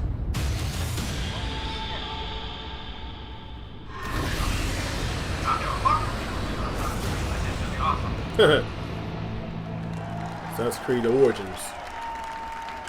Please welcome, from Ubisoft, Creative Director Sean Gadon. Where's Itzky-Mo? I want to hear his funny ass voice. Thank you. Hello, it's me, Itzky-Mo. Ancient Egypt You is ain't the right for that. birthplace of modern civilization. And it is also the birthplace of the Assassin's Brotherhood. So it's okay. Assassin's Creed Origins is taking you to the perfect setting for an epic gaming adventure. Egypt. 3,000 years of history and mystery. I want to know what's the at the exclusives. tip of your fingers. I think that Assassin's Metro Creed game was Origins. exclusive. Oh, it Is the is? story of one man, Good. Is that what Bayek. they said, or was it just a Bayek premiere? is the last I don't even know. Magi, It might have been a the premiere. protector of his community, an Egyptian sheriff, if you like. And his struggle against the dark forces that corrupt ancient Egypt will lead to the foundation of the Assassin's Brotherhood. But recreating ancient Egypt, going back so far in time, pushed us to rethink and expand our gameplay mechanics. We added many RPG elements to a huge systemic world, more detailed and alive than ever before. So today, we are very proud to show you He what the called the game looks Xbox like One the on Xbox. Xbox One X running Then in he had to 4K. correct himself. And now, You better watch just out. for Crab you, Game will get mad. Bayek is coming back to Siwa, his hometown, Disrespect to the to Xbox. kill the fake oracle, Medunamo. Reading upon us. World premiere. Okay, here we go. More gameplay. Ubisoft, Okay, your new world logo. premiere. Okay, let's see what it is. See what it Your is. new logo is so Ubisoft, Ubisoft. It's more Assassin's Creed. Showing more gameplay. Oh, okay, that's probably what it is. Yo, this is gonna be awesome. I love the Egypt setting.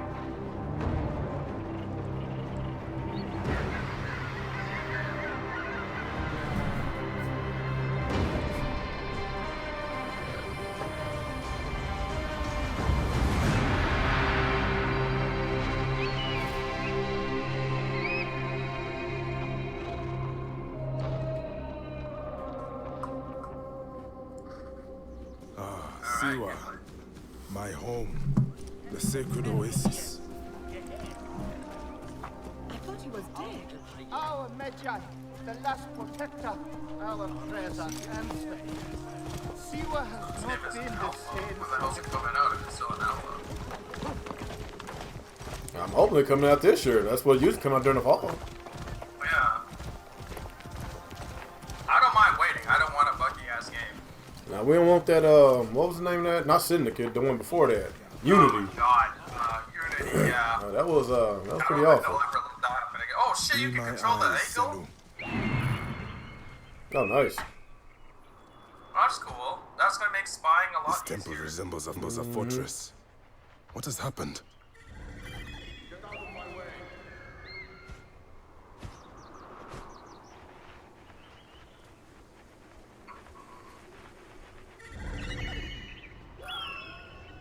There you are. Medunamon. The next masked one on my list.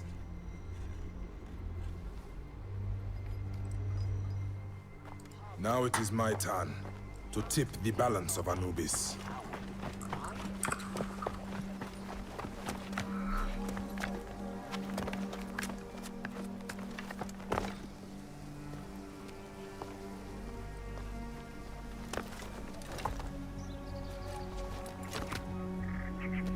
Oh, that was cool.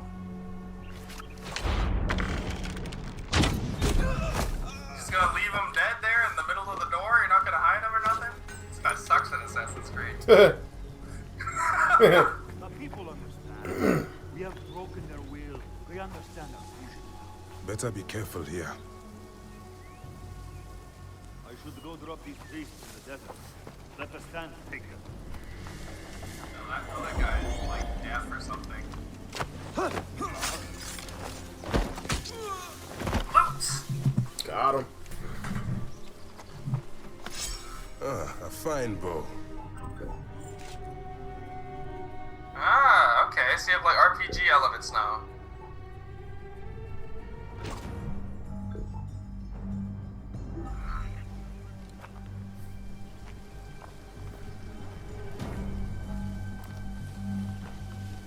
Those guys are stronger. People see these dead priests. They will surely revolt. It is too dangerous. We'll pass for now.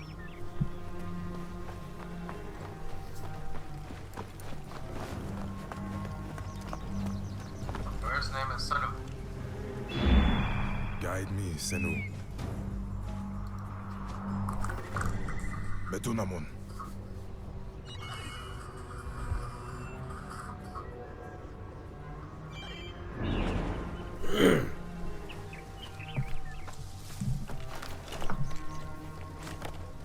I'm liking this. It looks like a lot better than the standard Assassin's Creed formula.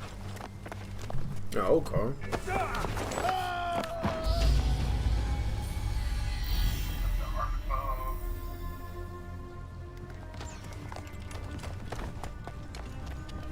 Yes, you can still do the jumping assassinations. Those are my favorite. Alright, now we can see You how will the die, Medunamon. Die, you bastard! Going to kill you for that! See what is mine! combat's still similar.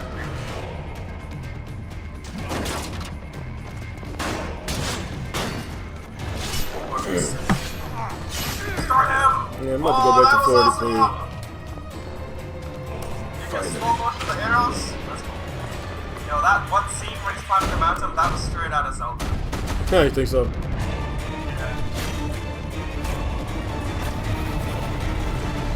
October 27th. It is coming this year. Nice.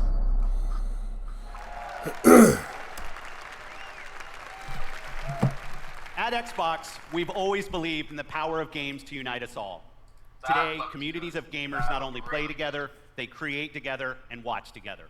A whole new genre of games has emerged designed for both the player and the community. And with Mixer, we're innovating new features to make these experiences even better.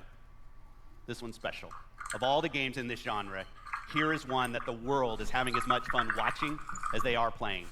And I can tell you that includes many of us at Team Xbox. The creative director of PlayerUnknown's Battlegrounds is a gamer-turned-developer who designed this game together with a passionate community. Please welcome PlayerUnknown himself, Brendan Green.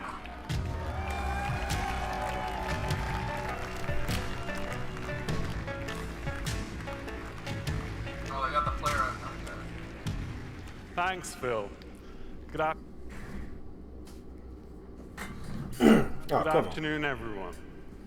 PlayerUnknown's Battlegrounds is a multiplayer battle royale where you must fight against 100 other players to be the last one standing. Our team's focus is to bring the most complete battle royale experience ever to console and deliver a great experience across all Xbox One devices. Our development is truly community driven, and we owe much of our success to everyone who's given us feedback over the past year. With over 3 million PC players to date, we can't wait to bring PlayerUnknown's Battlegrounds exclusively to Xbox One later this year, with an update for Xbox One X enhancements shipping with the final version. See you on the Battlegrounds, everyone. Exclusive.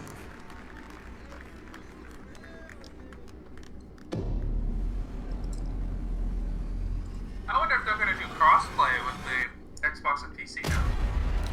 I don't know. Probably so.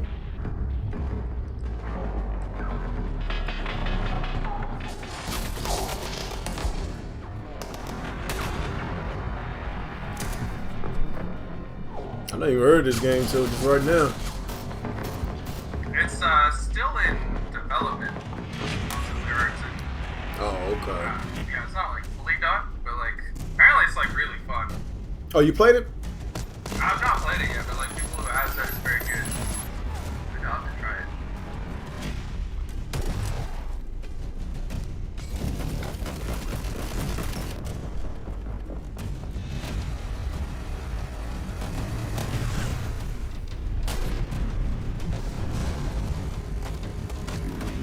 Yeah, it's very popular on Twitch.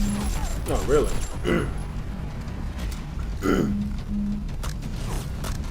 No, it looks cool.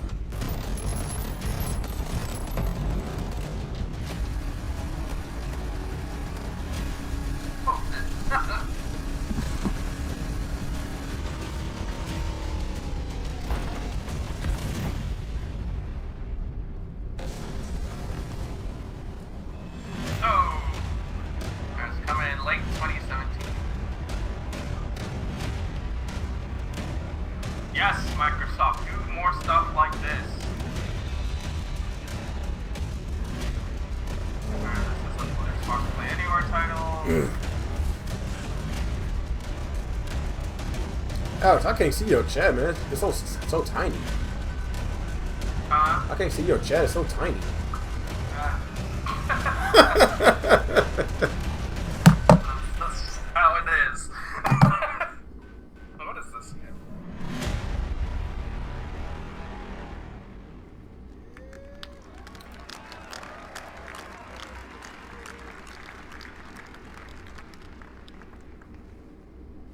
Use mining stuff? So my stream's still a little laggy. I might have to let's go back to 480p. I don't want this.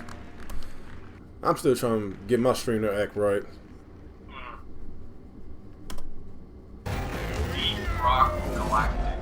Danger, Darkness, Wars. That might be fun. It comes an exclusive game, Windows and Xbox One.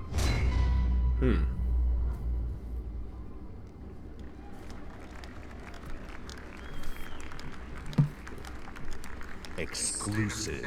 Where's the single player games at? They don't have any. Oh gosh. What is this?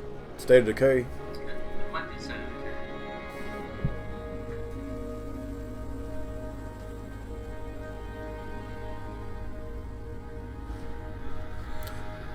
Didn't they say they had 42 games to show with 42 exclusives? What they say earlier? What would you do? Like 42 games, 22 exclusives. 22 exclusives, really?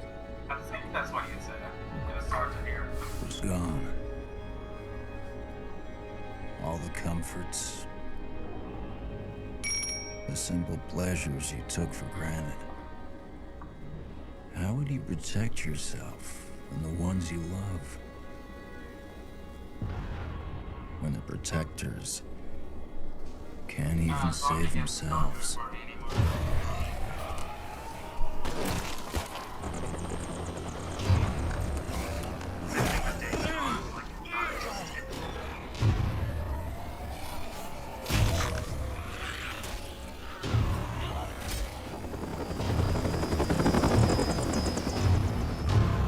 The army's pulling out.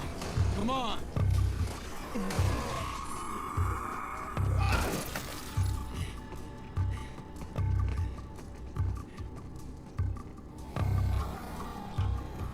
It looks like they're just gonna kill her and take her kid. Smoke in her mouth.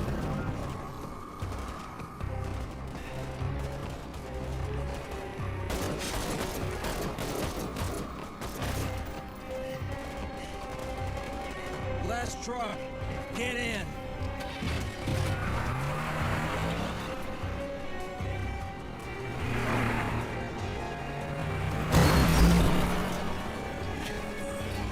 Want some of this? How about you?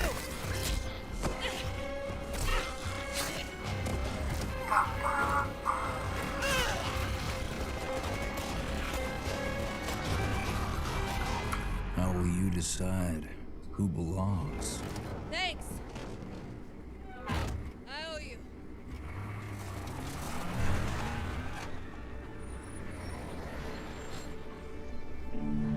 How will you choose a place to call home? Oh, so that stuff keeps you from turning? What stuff? How will Oh, well, that's right. You 5 seconds ahead of me.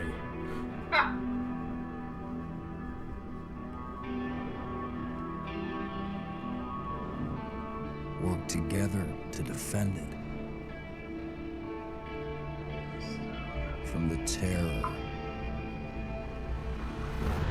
just outside the walls.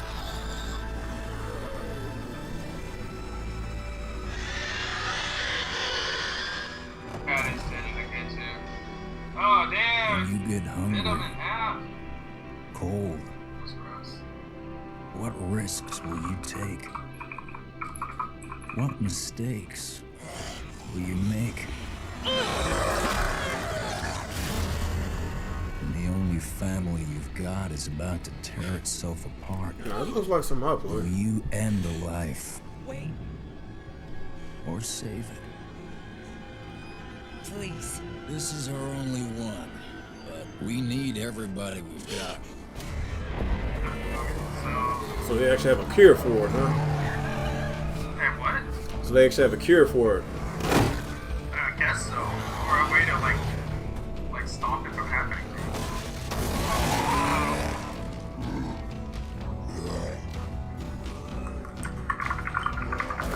Oh, that's nasty.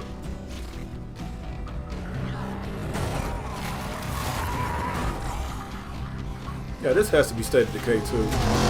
That is. Alright, another console.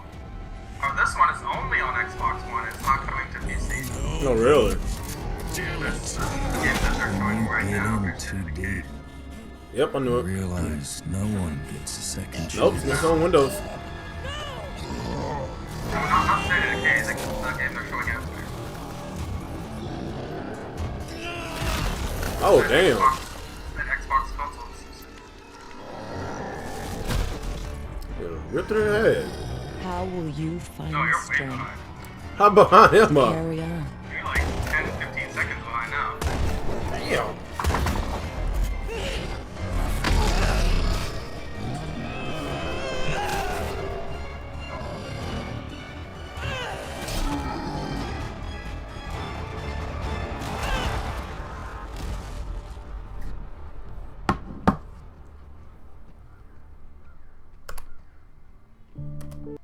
And what a play from the wounded warrior!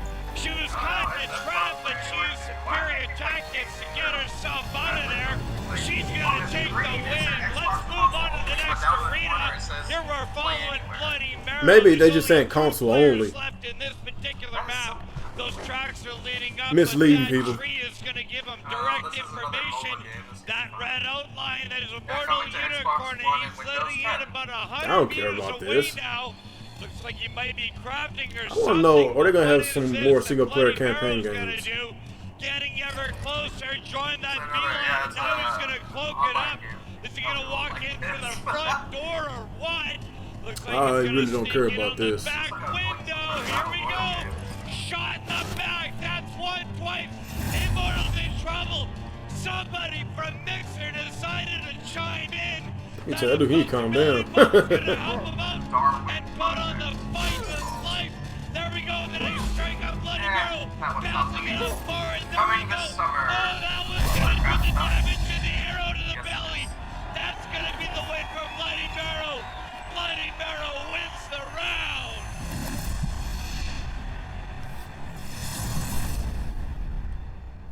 I don't care. I They do get, not understand the appeal of this game. they give him like that little golf club. You know, Minecraft. Did you say? You just say Minecraft like a few goddamn freaking behind. Huh? I am freaking behind. They just now showing Minecraft. Oh wow.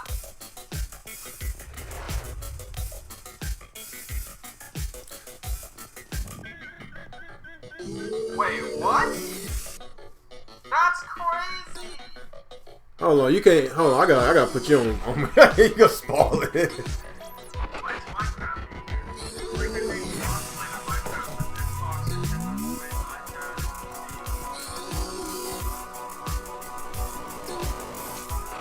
that's pretty cool.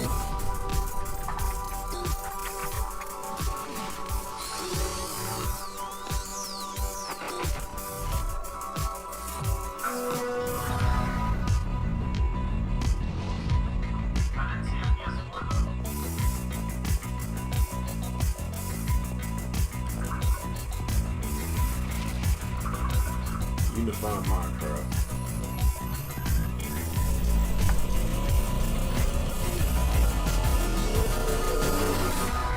Please welcome, from Mojang, brand director Lydia Winters.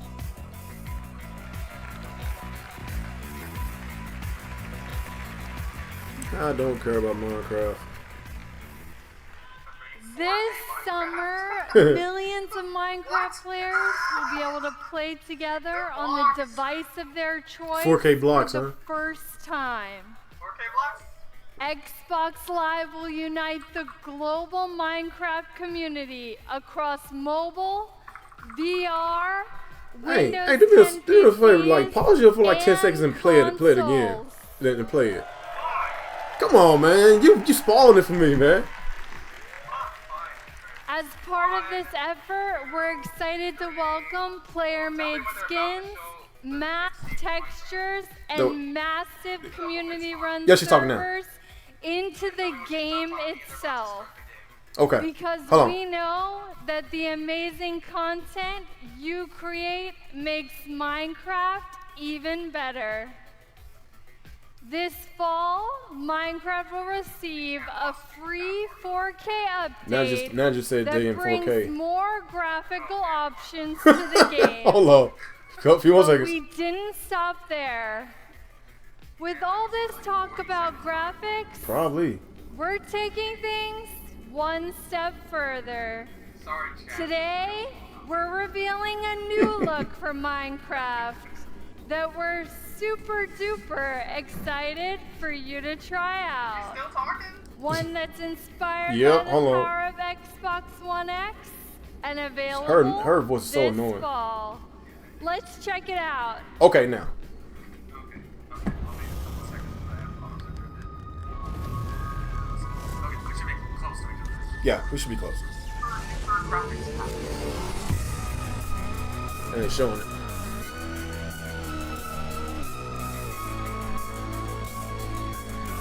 Super duper graphics pack.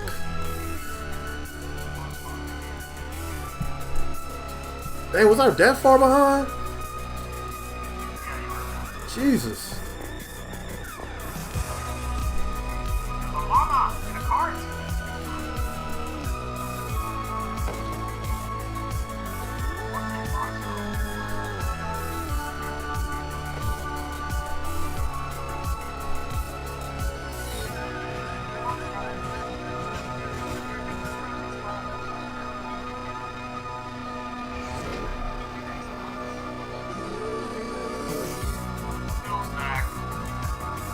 Feels bad. Hold on. Hey, you already stopped showing it? Oh man, Oh, you still gotta, man. You still gotta pause at least another 3 seconds. Okay, now it feels back. Yeah, you got at least 5 more seconds on me. Minecraft in 4K. When the Minecraft team showed me the first version of the game in 4K, I was blown away. Mojang is a great example of a studio that started something new and different that led to a global phenomena. At Xbox, we're searching for games that are fresh, new, and in some cases familiar. That means ensuring that the biggest third-party franchises you want to play are there for you on Xbox One. Of course, you'll find these great games in the Xbox Store, available for pre-order today. Oh, it's a game you played when he was in Japan. But bringing the biggest blockbuster franchise is just one part of the job. Delivering broad, diverse, and new games to Xbox means searching to find unique games from creators around the world. Oh, no, you still behind. I'm still behind. True. And delight. To me, these next Phil Spencer still talking. do just that. Starting with the game I got to play on a recent trip to Japan. Oh, wait.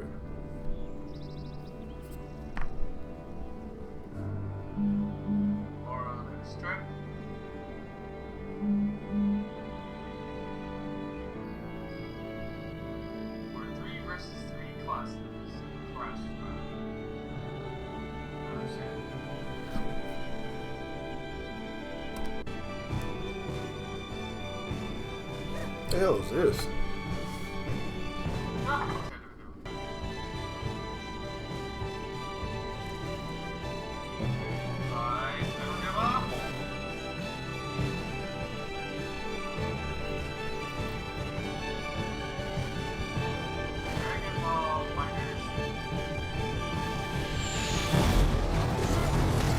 Oh, they showing Dragon. How come they showing something else on my end?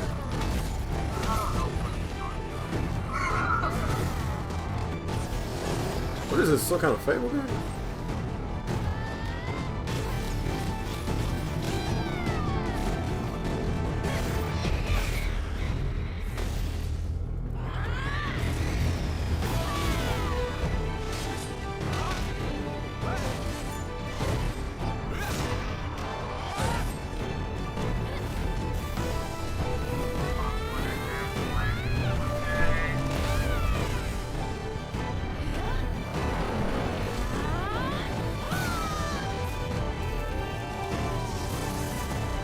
What the hell is this?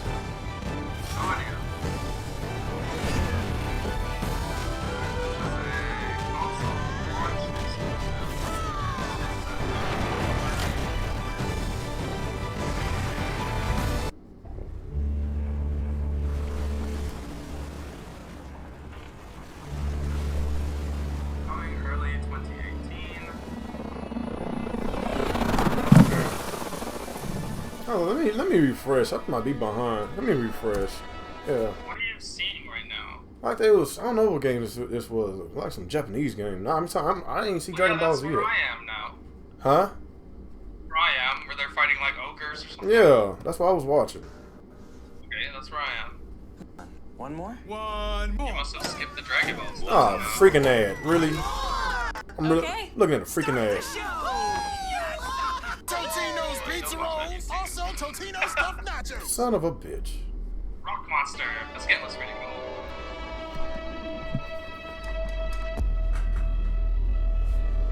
This is what I want from you, Xbox diversity.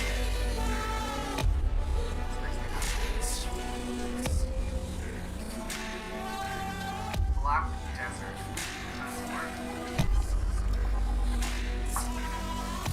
What is this? Another exclusive.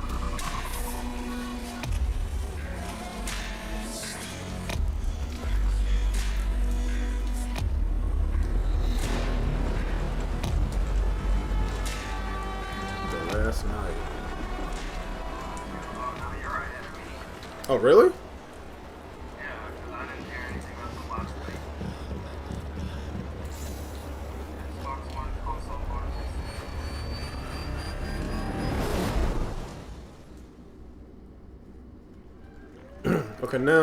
Okay, now the crowd is clapping. Exclusive. Okay, now they about to show another game.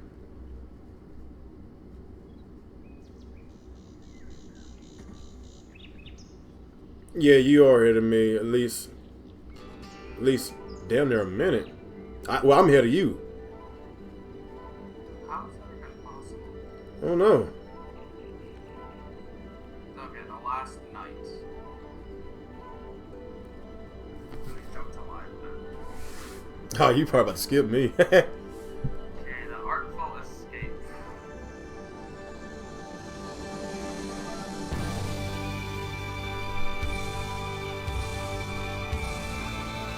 Project Green presents.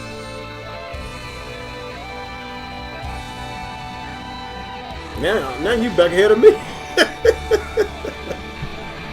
we should watch it on the same screen? Uh-huh. Why we should watch it on the same screen? Yeah, we should have. Alright, I like this game.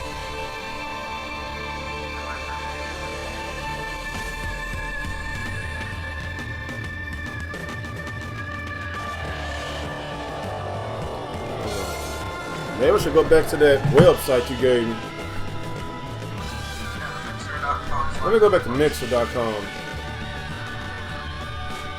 The Mixer, was it Mixer.what? Oh no, I found it. It's in my history.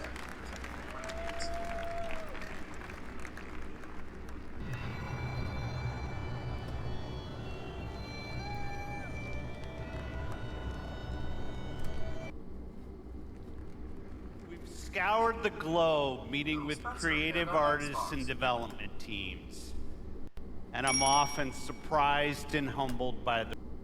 Okay, let's try this one again, people. is also a place of innovation and creativity. Today, I'm excited to share with you an extended look at never-before-seen gameplay from Rare's shared world adventure, Sea of Thieves. Exclusive.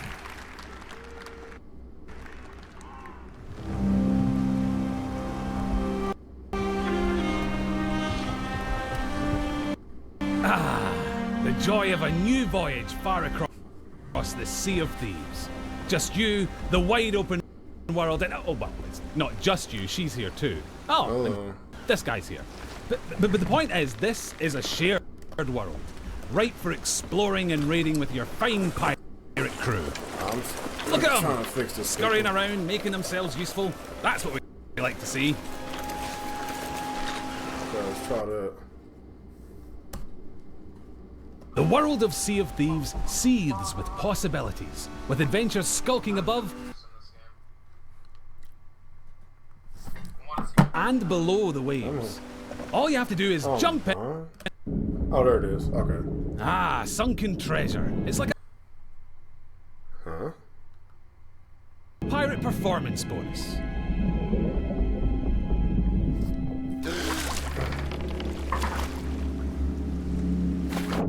Every player's decisions and discoveries will be different. Really? But however you plan on seeking your fortune, it pays to be prepared. Oh my For God. gigantic hunks of iron, these are surprisingly have to portable. go back to YouTube. Amazing workmanship. Anyway. I might have to go back to YouTube. I'm just having bad luck, people. Better get them back on board while the coast is clear. There's really no sense in pushing your luck down here.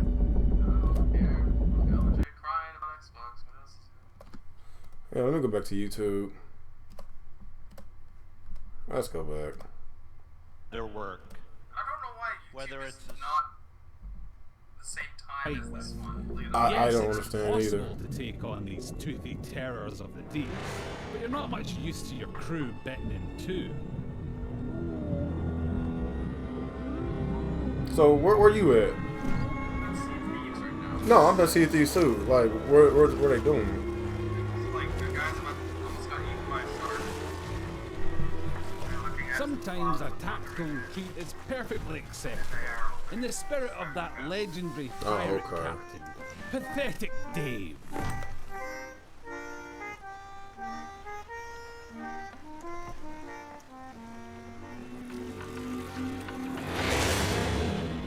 Thankfully, for every tense standoff, there's a moment of celebration or shared wonder. But for now, stow your hard-earned loot and enjoy the voyage. Yeah. On Devil's Ridge beneath the sands, the gold lies hidden from thieving hands. Well, that's typical. Oh look! Here we are at Devil's Ridge. Nice transition, by the way. And so you'll shift from the heart of the sea to the island shore, where you'll explore jungles and coves, cliff tops and caverns. Every region has its very own landmarks, and over time you'll uncover hidden shortcuts, abandoned stashes, and vistas that'll steal your grog-soaked I just don't care about this game at all. And yes, sometimes you'll encounter people who, for whatever reason, would like to blow you into little pieces. That's pirating for you. Keep that pistol primed, because you'll also face the roaming remains of those who came before you, caught short in pursuit of their own legends.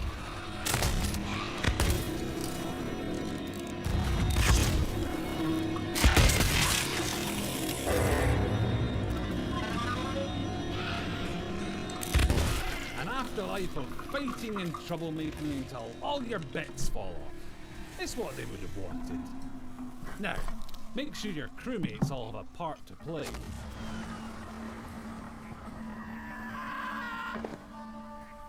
Yep, that works. And look, he brought the riddle map. Seek the core shrine where there is no secret. Excuse me. Oh, shit. It lies in wait for a light held high. Right, well that's got to be around here somewhere. Oh, I see a thieves. But if you've got a bad feeling, you can always leave someone on board to brace the ship for a speedy getaway. Decisions. Ah, looks like they've sniffed out that place where there is no sky. Time to pool your resources as you plunge into the unknown. It would be easy to come proper in these claustrophobic caves. You don't want to wander off track. No, actually, that Metro game is Xbox One, PS4, and PC. Anyway. That Metro game you saw, that's going on PS4 too, and PC. Yeah, it's like, I'm just reading on Twitter here, this is actually the second exclusive so far. Everything else is still coming to PS4. Xbox is just making it sound like it's Xbox exclusive. Mm-hmm. But they said they had 22 exclusives, so I want to know where they at. The premier plunder isn't just lying around to be claimed by any old drunken bumbler. You'll need to watch out for likely locations. We'll see. Your map, clues, and it's supposed to be an extended show, so we'll see. Light work of each new mystery. Light work. Little lantern joke there. You're welcome. Anyway. Step 11 paces northwest, through the gloom. Dig my chest from its tomb.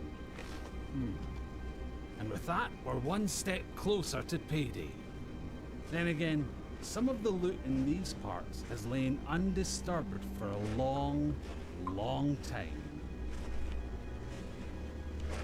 That has to be the spot. You can practically taste the treasure. Please talk something better, please. Yeah, I think they spending way too much time on this game. Shovel work too. That I just don't care. Was nipping at your heels.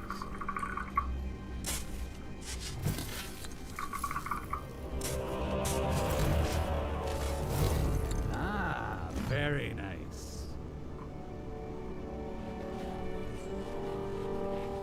Of course, the trouble with treasure as a rule is that the owners really like to hang on to it. Damn. If you've got your hands full, it's up to your crew to watch your back.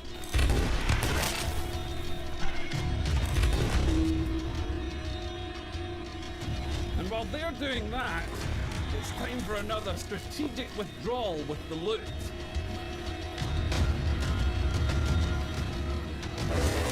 Nope, not that way. That's it. Easy now. Don't stop, keep going. Almost there. Watch that next step, it's a doozy.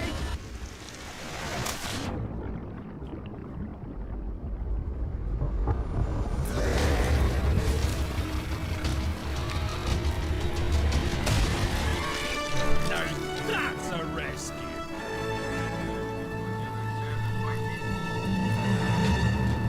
This one dude beats all 5 of the guys on the other ship.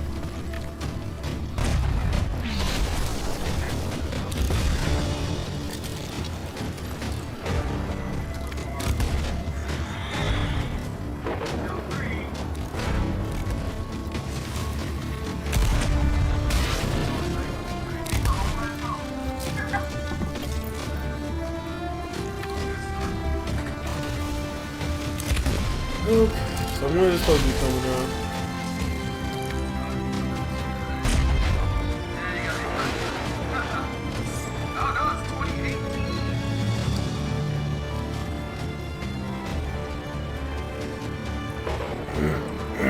Oh yeah, you still hitting me. I still ain't get no release date yet. Odds and get chests back to your ship.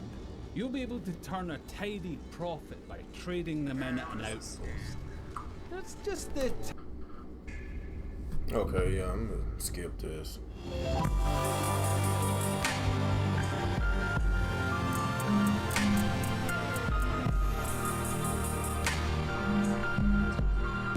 August 2nd. That's what? Why would anybody pre-order that game? It showed like 10 seconds. And all they did was walk from one corridor to another corridor. Pre-order now! Pre-order now! Exclusive world premiere.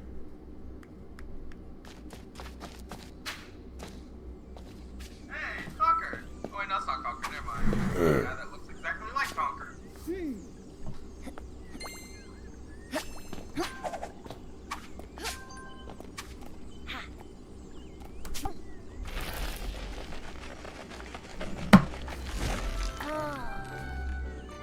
What is this? I don't know.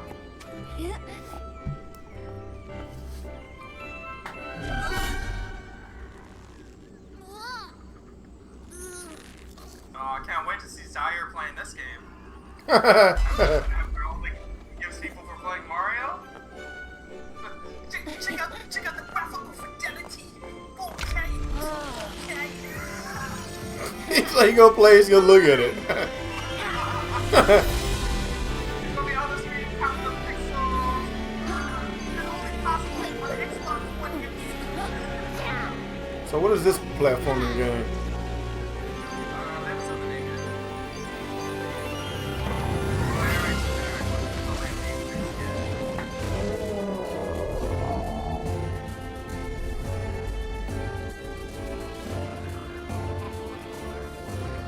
Anybody who shits on a Nintendo game on Xbox but plays this is a fucking fraud. Yep, hypocrite as well too.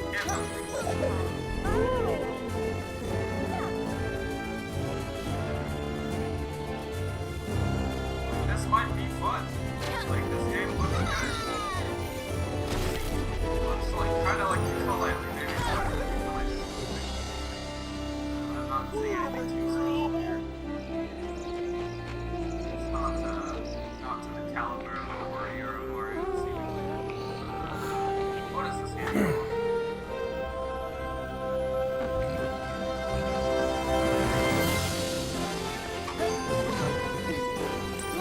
Super Lucky's Tale.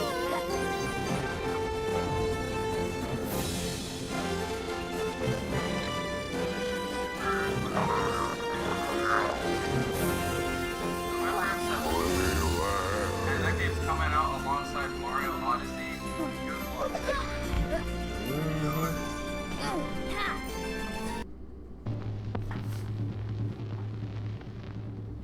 Okay, what is this game?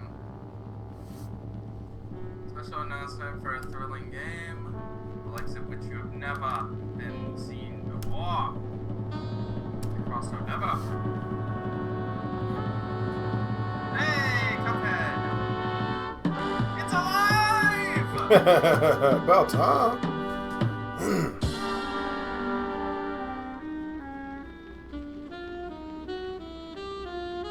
Like, we've been knowing about this for how long? About 3 years now? About time. Jesus Christ. Is that seriously all they're gonna show us with Cuphead? That's it? Okay, whatever. On to the next game. Exclusive. Xbox One and Windows 10. Microsoft Studios presents. Ooh, this is in-house. All right. Okay, good. What they Crackdown. got going on is Crackdown? Oh, yeah, it is. Terry Crews? Really? Oh, shit. It's Terry Crews. Oh, shit. We're gonna light it back up because this is far from over. Okay, now I'm a huge fan of Crackdown. That's why we brought in you. You got the talent. Now you need the tech. Today, you throw grenades. Tomorrow, you'll be throwing cars. Forget dropping bombs. You're dropping buildings. Now it's time to get to work. Time to step up your boom. It's go time. Oh yeah. Welcome to the agency. Gameplay? Yes, we do. Yes. What is cartoony? Xbox Pass won't like this. How's Zaire gonna be playing a game like this?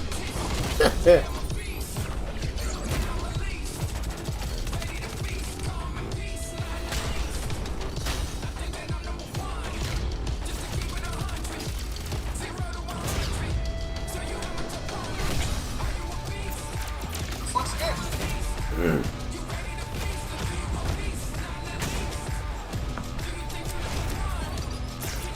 I like this comic book style stuff. Oh, yeah, that's pretty cool.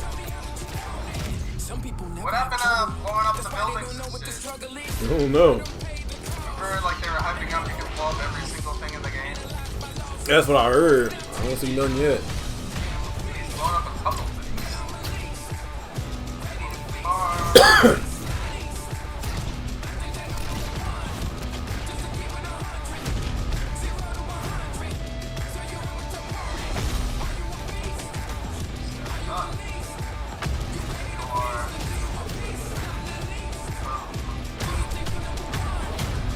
Fire forts on the left. November 7th. About time. Oh, they said the release date? November 7th. Oh, okay, I must have missed it.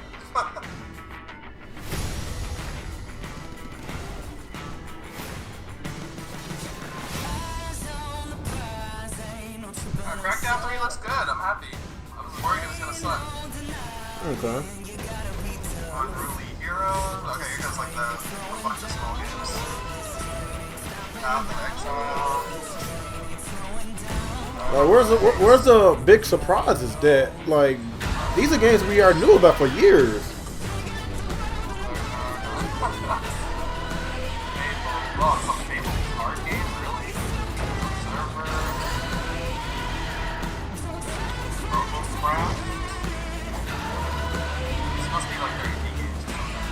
Probably.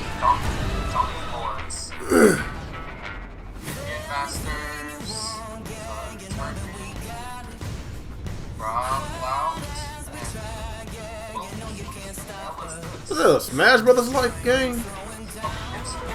Dark and Light.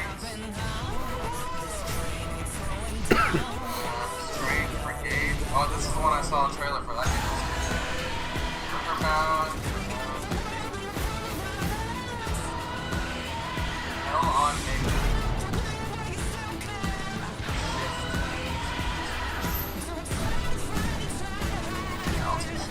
Yeah, that shit do look kind of cool though.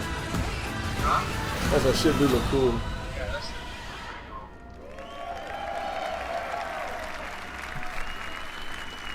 Okay, now where's your heavy hitters At at? Xbox, it's not just about finding creative artists.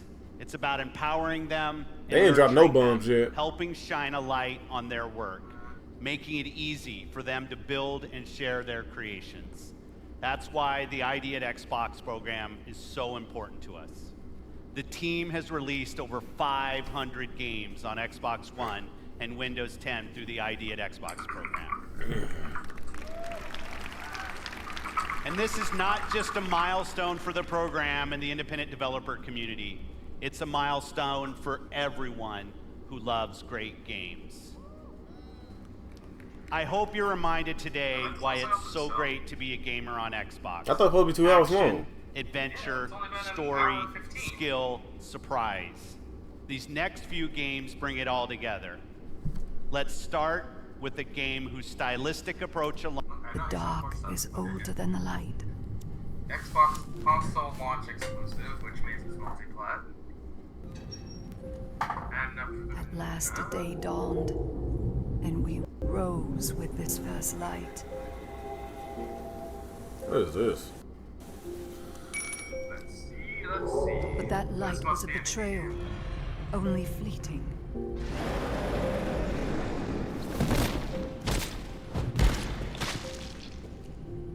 In its wake, the night returned to claim us. After lifetimes, the light grows again. Faint and vulnerable. It's just too many multiplayer games, man.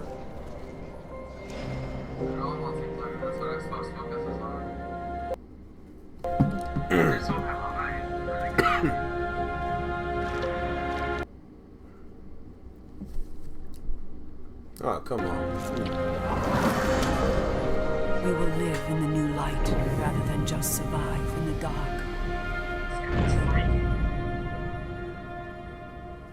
This rebirth will end our wandering.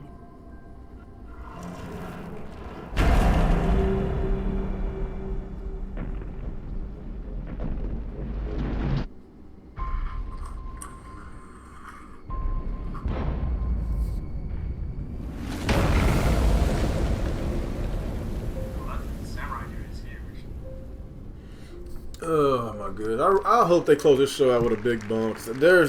I'm just not really. I'm not. The show's been okay so far. It's alright. It's alright. But. Happy Crackdown looks good. Yeah, that looks good. World premiere. Crackdown and State of Decay 2. Square Enix. Oh, that's hey, what's the name of that game? Freaking shoot. I can't think. That game that girl, she controls time. What's the name of it? I can't remember. Fuck, she reverses time and shit, right? Yeah, I forgot. Life is Strange. Yeah.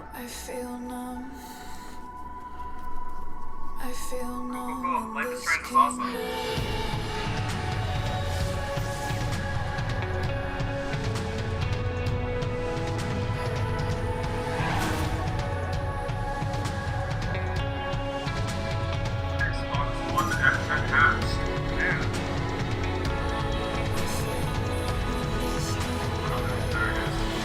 Yeah, she looks older.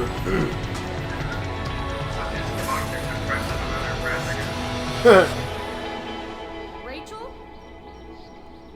Forget it, you're lesbian overtime. Yeah. New lesbian! He's a new lesbian.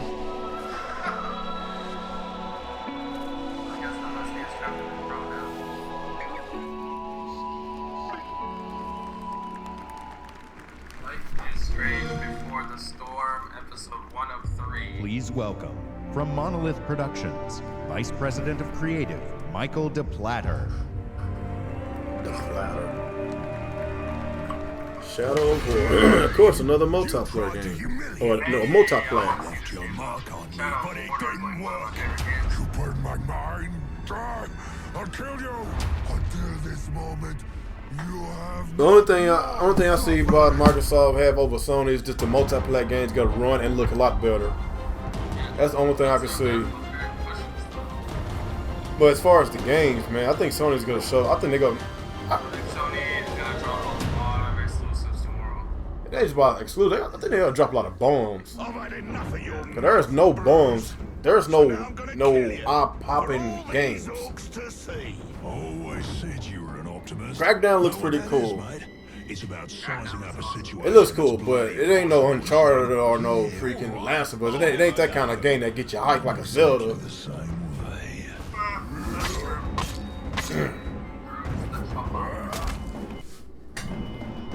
guy trying to beat this big guy? Yeah, right. Oh, damn. He got his ass kicked. Took his head. I like him. Bruce killed the boss. Come on, lads. In Shadow of Mordor, we introduced a way to create unique personal stories for every player. And in Shadow of War, we're expanding the Nemesis system. 2 new features we're really excited about are forging an army of followers and Nemesis fortresses. Here, we'll use the Ring of Power and recruit this Olog, Bruce the Chopper, to expand our army. Then, we're going to assault a fortress controlled by one of Sauron's overlords.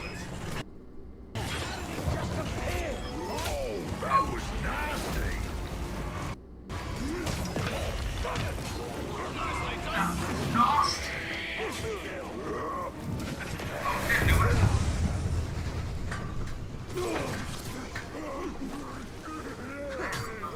Oi!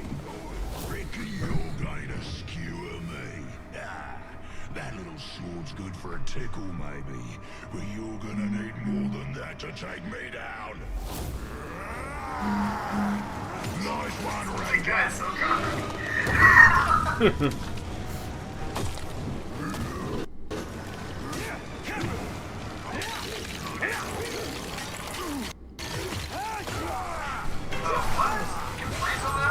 I guess. I still need to get back on the Shadow Mordor. I played it only a few minutes and I never got back on it. It's a really good game. You should play it. Serve the bright Lord now.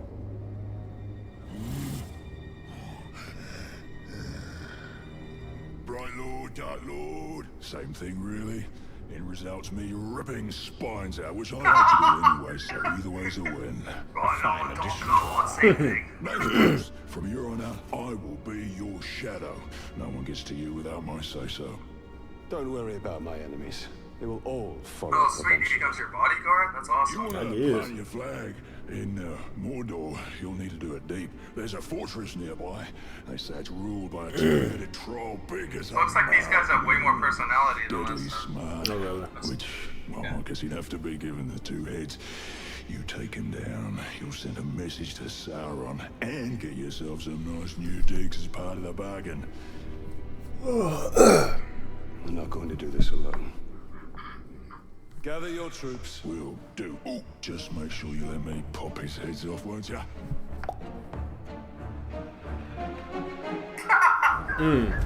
So we already have a few loyal followers in our army, and recruiting Brute means we're ready to assault the fortress and overthrow the Overlord. We're enormously expanding the open world of Mordor to new regions like Saragost and Cirith Ungol. Mordor's a massive, living, breathing world filled with orc society, tribes, and wildlife, as well as stories and secrets. You cleaved me in two. Any other orc could have died, but I survived. More than that, I thrived. My brothers put me back together, stronger than ever. But they didn't make me into what I am. You did. You created the machine. No! We've just been ambushed by the machine. He's tracked us across Mordor seeking vengeance. He's one of the 7 new orc tribes we've added. The machine will grind you to paste! I hate big sticks! Finally! Okay, they still have that mechanic, that's cool. You dishonor the Styrians! Take his ass over. love that shit. Instead of killing the machine, we'll dominate him so we can take advantage of his abilities during the fortress assault. You take out the Overlord. But before we charge headfirst into battle, we should plan our attack and select our followers.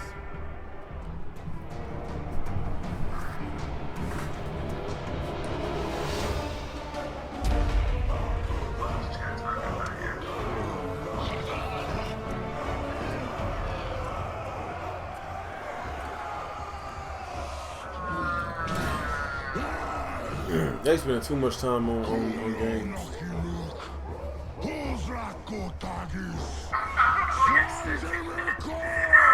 Huh?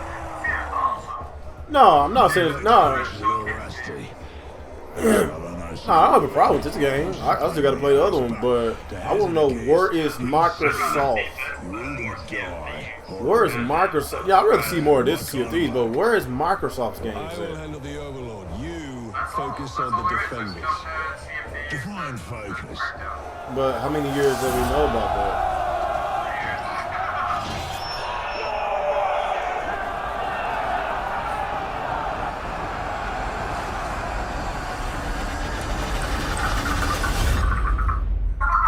There are unlimited ways to forge your story and conquer Mordor in Shadow of War, and we can't wait to show you more this week at E3. Thank you very much. What a weird jacket. That's like a woman's jacket. Exclusive world premiere.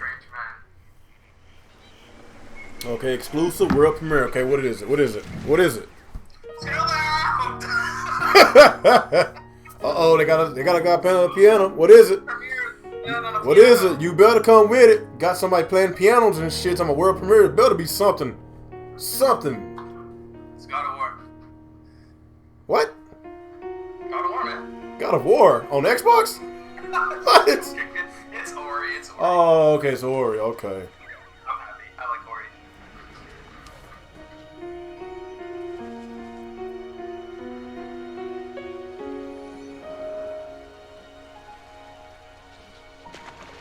Yeah, with this art style and music, it's definitely Ori.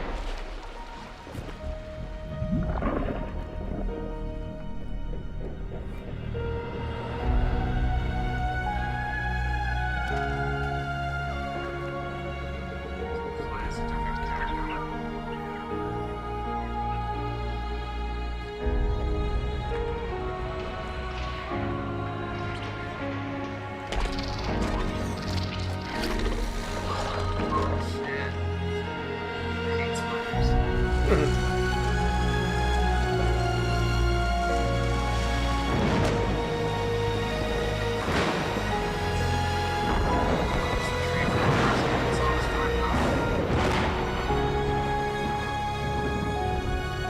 Maybe I'll kill them all.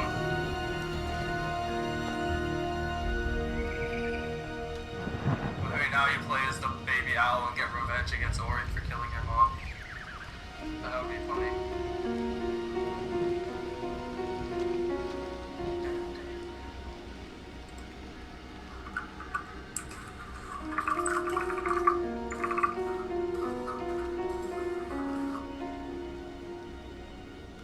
There's Ori. Sorry I killed your mom, bro.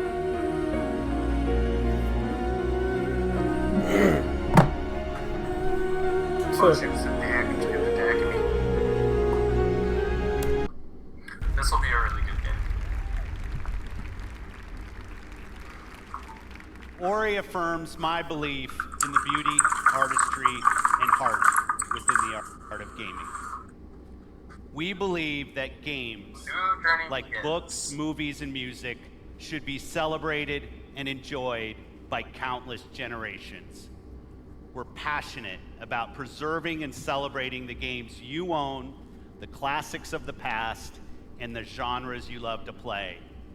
That's why 2 years ago, we launched the Xbox Backward Compatibility Program to bring Xbox 360 games to your Xbox One. Okay, we're at the 1 hour 30-minute mark, so now we're into overtime. Today, our library of games stands at And here we go, 385 backwards titles. compatibility. And over half of Xbox One gamers have played a backward compatible game.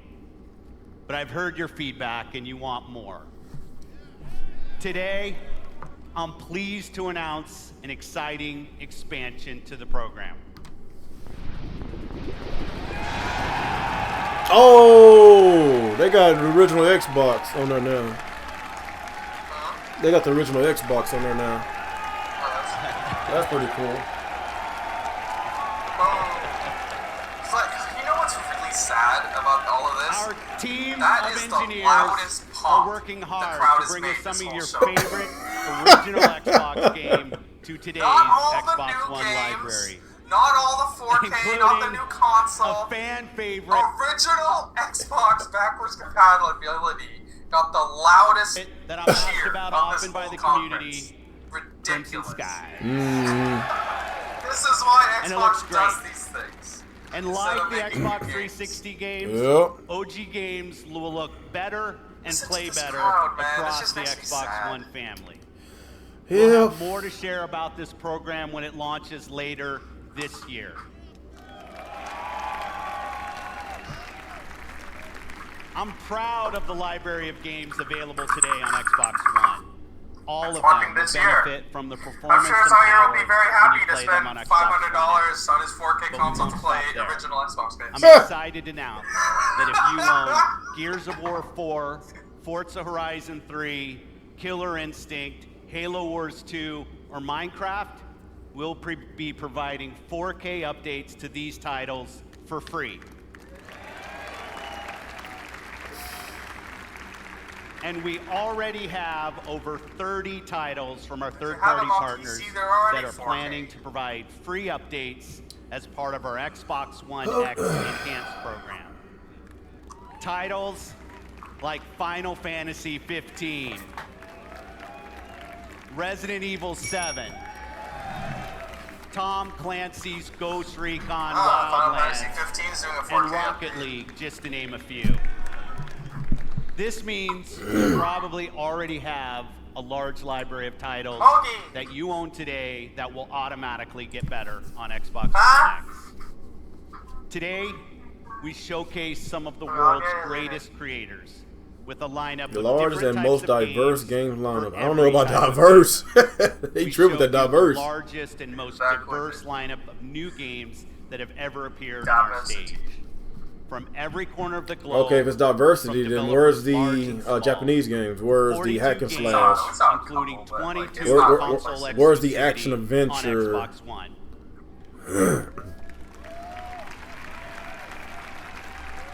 And you're also going to be able to 42 play games, 22 all console of the biggest cross-platform blockbusters Uh, on Xbox Let me guess, most of those exclusives. I think a Every lot of game those will 22 play console great exclusives were across all the those Xbox Indie One games, yep, family, that's what I was about to say, and indies. on Xbox One X runs every single game you Because see, every other big even game he better. showed was like multi-plat. Yeah. So if you haven't joined the Xbox One family, now's the time. This week, you'll find Xbox One S available in the US for $249. And on November 7th, we'll begin worldwide rollout of Xbox One X, the world's most powerful console, at $499. Be the first to experience unrivaled power and performance on the Xbox One. Yeah, Xbox is $500. That's not bad for what it offers. By looking to the November future 7th. with a really Why did great Jeff partner. Keighley ruin that They've for been with everyone, us man? from the earliest days of Project Scorpio. And what they're a building an douchebag. incredible game that takes advantage of the power So you tell me the highlight of this and show is the price of the performance Scorpio Xbox and One the family original and Xbox the new Xbox One X. games. Please welcome That cannot- Patrick Sutter. That can't be the highlight of the show, EA man. Worldwide Who the fuck runs out and buys a 4K $500 console to go play original Xbox games? You'd have to be retarded. See, this is why I say you got to keep your audience hyped It's the lifeblood for the of our future. Oh, there EA guy again. At EA, this your guy. team's dreaming up a lot of projects, and only the greatest will make it their way to you. And that's okay. Oh my God! I'm not liking this. I'm gonna be real with you. I'm not liking this on Microsoft 3. I'm gonna be real with you. I think As a it's player, okay. It's not like there's amazing, no but better it's feeling pretty than good. losing yourself in a Amazing because of Shadow Mordor, War. Shadow War was Our good. developers Seeing at Metro Bioware was have good. been creating something truly Crackdown special. 3 was good. A huge open The world. Scorpio that is price lush, is what I savage, expected. mysterious, I don't like the and name ever-changing. Xbox One X, but like, Filled with it's not a bad interesting show characters though. and new types of games. How many of those games you named that's You'll enjoy with your multiplayer? friends for years They're all to come. multiplayer. That's the problem. This is what's That's my possible problem. with an extraordinary vision Too many and fucking combine it with the multiplayers. latest technology Jesus and Christ. hardware. Amazing concept. Hey man, EA's here. Possible. Don't worry, man. Multiplayer Great are better on ideas Xbox. become 4K. reality. So here we are. 4K is all you need. Sell your PlayStation, go buy an Xbox. Leave all your friends list and all your trophies and shit. Get an Xbox. Let's see. I understand, like, the multiplayer, yes, I will, you know, oh my It's god. John Warner from Bioware to show you Anthem. The Scorpio price is decent. I'm not gonna lie. $500 for what it Show offers. Anthem now. Just that BioWare game. Yeah, they're showing Anthem. Alright, let me see. Is that game exclusive to Xbox? I'm Joner, game No, it's director for multiplayer, Anthem. but it's a new Another IP. World multiplayer. premiere of Anthem's gameplay. Another multiplayer. They don't have exclusives. They don't believe in it anymore. It's not what they do. Why do you think I don't buy Xbox anymore? I play on PC now. Jesus Christ. I don't care about exclusives. I see. The sooner you come to terms with that, the sooner you won't care as much. Like, most of these games that they shown is going to be on PlayStation. Yeah, and PC. So when PlayStation come out with their conference and basically showing like a lot of big heavy hitters, like I hired. That was like a mini ATT. That was awesome. They weren't freelancers. I know. Okay. They said they could handle it, and the price was right. I thought maybe. I'm not gonna lie, I like multiplayer. Just I love multiplayers. Don't get me wrong. But shit, man. I'll just give up. I guess I just gotta come to terms. Microsoft don't believe in exclusives no more. Yeah, man, they don't care. In the world of Anthem, you and your friends are freelancers. The heroes who leave the safety of the walls of Fort Tarsus to explore the unknown and protect humanity. Let's join two players as they head out on an expedition. Hey, Paul. You ready to go? We're just grabbing some supplies. Just about ready. What are you going to use today? I decided to go with the Colossus. I'm going to use my Ranger. Try out some new upgrades.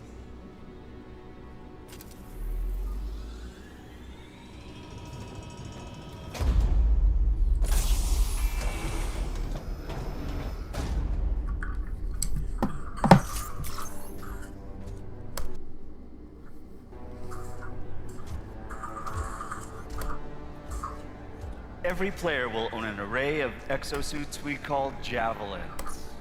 These suits give players superhuman abilities Well, I'll be and are getting heavily some drink. customizable so they look and play how you want. Okay, the suits are called javelins. Bam. Looking good. Nice. You've got a mortar equipped. Yeah, I got it on the weekend. You lead the way, I'll follow.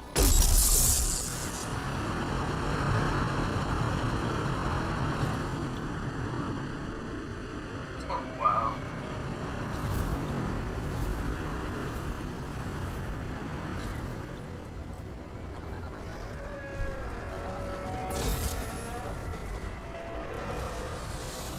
This is a vast right open here, world you people, explore is why with your Mass Effect friends. Andromeda was Each stopped. Javelin exosuit has its own unique that playstyle. franchise is making The this. Ranger is balanced and all-purpose, while the Colossus is a tanking powerhouse. Alright. Let's see what's up here.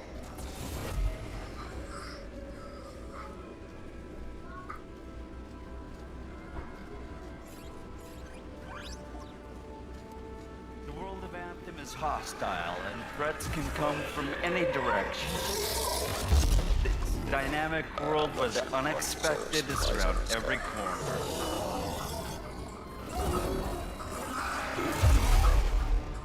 Yeah, he seems like a problem for another day.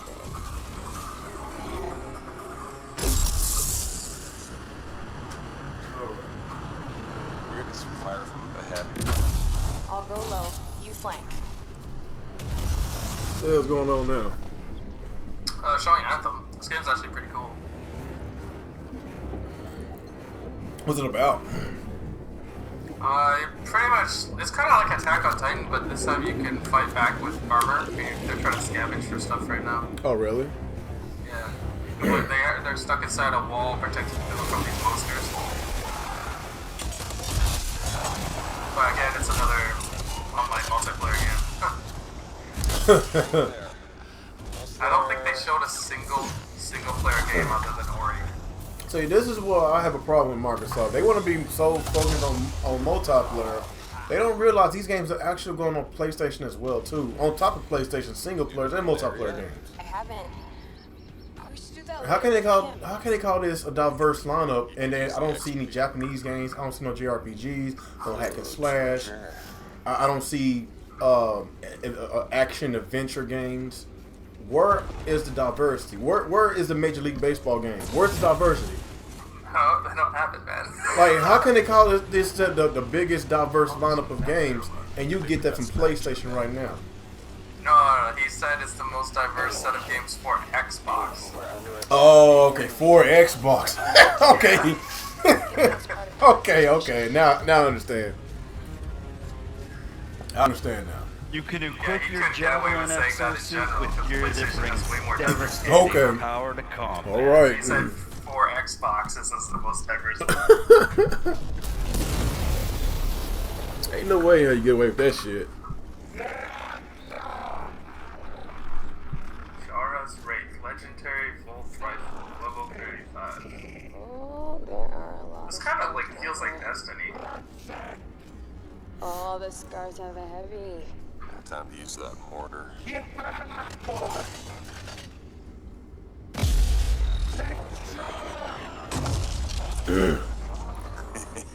I don't know, man. There's nothing wrong with this, but where's the story-driven single-player games? It's on the PlayStation. Guess what? Guess what? I can get multiplayer games too on PlayStation. That's the problem they have right now. Mm. This game's pretty cool.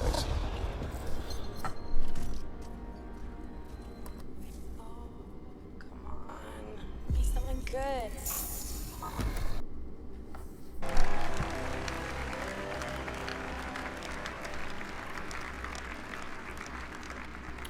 Matthew said between 1 and 10, what do you rate this E3? I give it a 7, possibly an 8. If you want to say the games overall, yeah, it's pretty cool. But if you want to rate their exclusives and what games that Microsoft has in store, I'd rate a 0. Maybe a 2 or 3. Crackdown looks pretty cool. Nah, okay. I was probably say 4 or 5 because Crackdown looks cool, State of Decay looks cool. Yeah, State of Decay looks like shit. Well, that's because you don't like zombie games. Oh, it looks like shit too. Plays like shit. You saw how clunky that shit was? Garbage, man. I might give it a try. Forza Horizon 7 looks good, but it's okay, it's just a Forza game. State of Decay 2 looks like garbage. Sea of Thieves looks like garbage. Ori looks amazing. And Crackdown 3 surprisingly looks amazing. So I'm happy about that. So I guess they're about to close the show since they're showing this. Yeah, it's done. They're just replaying everything. Okay, it's gonna be a lot of rent videos about Microsoft and their exclusive situation. I'm just gonna also be real with you. They really didn't solve their exclusive problem. No, they did not. They did not.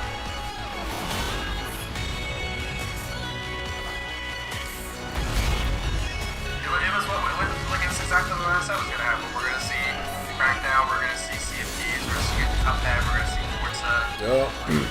It's obvious what they were gonna do. The only surprise was the original Xbox competitive.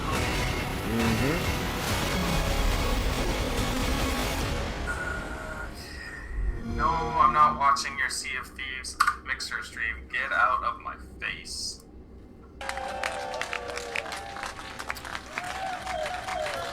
Okay.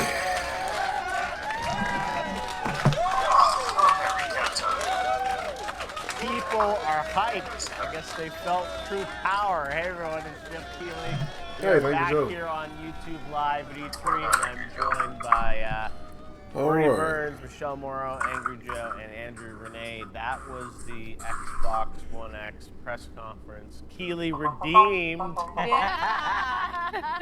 $4.99. Yeah. Yeah. They slipped that in there very subtly. But yeah, let's get some gut reactions. So $4.99 based on what we saw there, Bernie. Okay. All right. Okay. I'm done with this.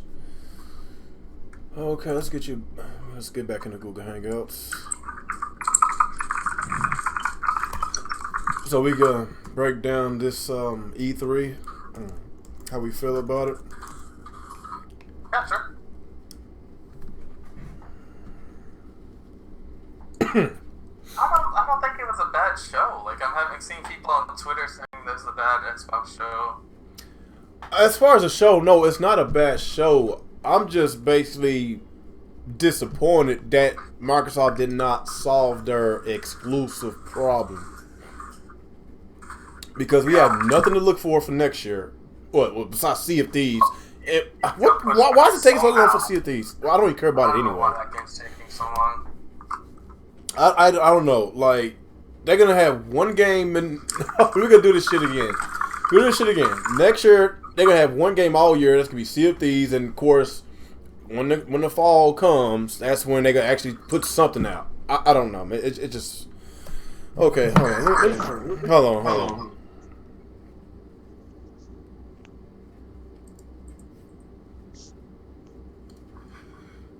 What's up? Okay, I have to get off my phone. Okay. Yeah.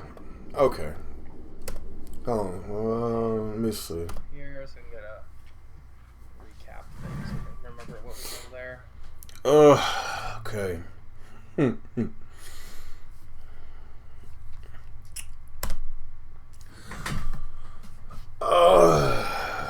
Okay.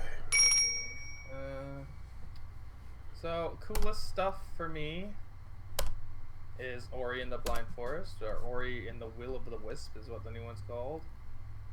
Middle Earth, but that's multiplat. Life is Strange, multiplat. I can't remember if I liked it. Actually, let me check this trailer. Okay, what was the name? What was the name of that game? What was the name of that game what was the name of that game? The shooting game. I think it was a PC game they put on Xbox. I forgot the name of it, but that looks cool. I forgot the name of it. Player Unknown's Battleground. Okay, that looks cool. Okay, you want you. Crackdown 3 was cool. Okay.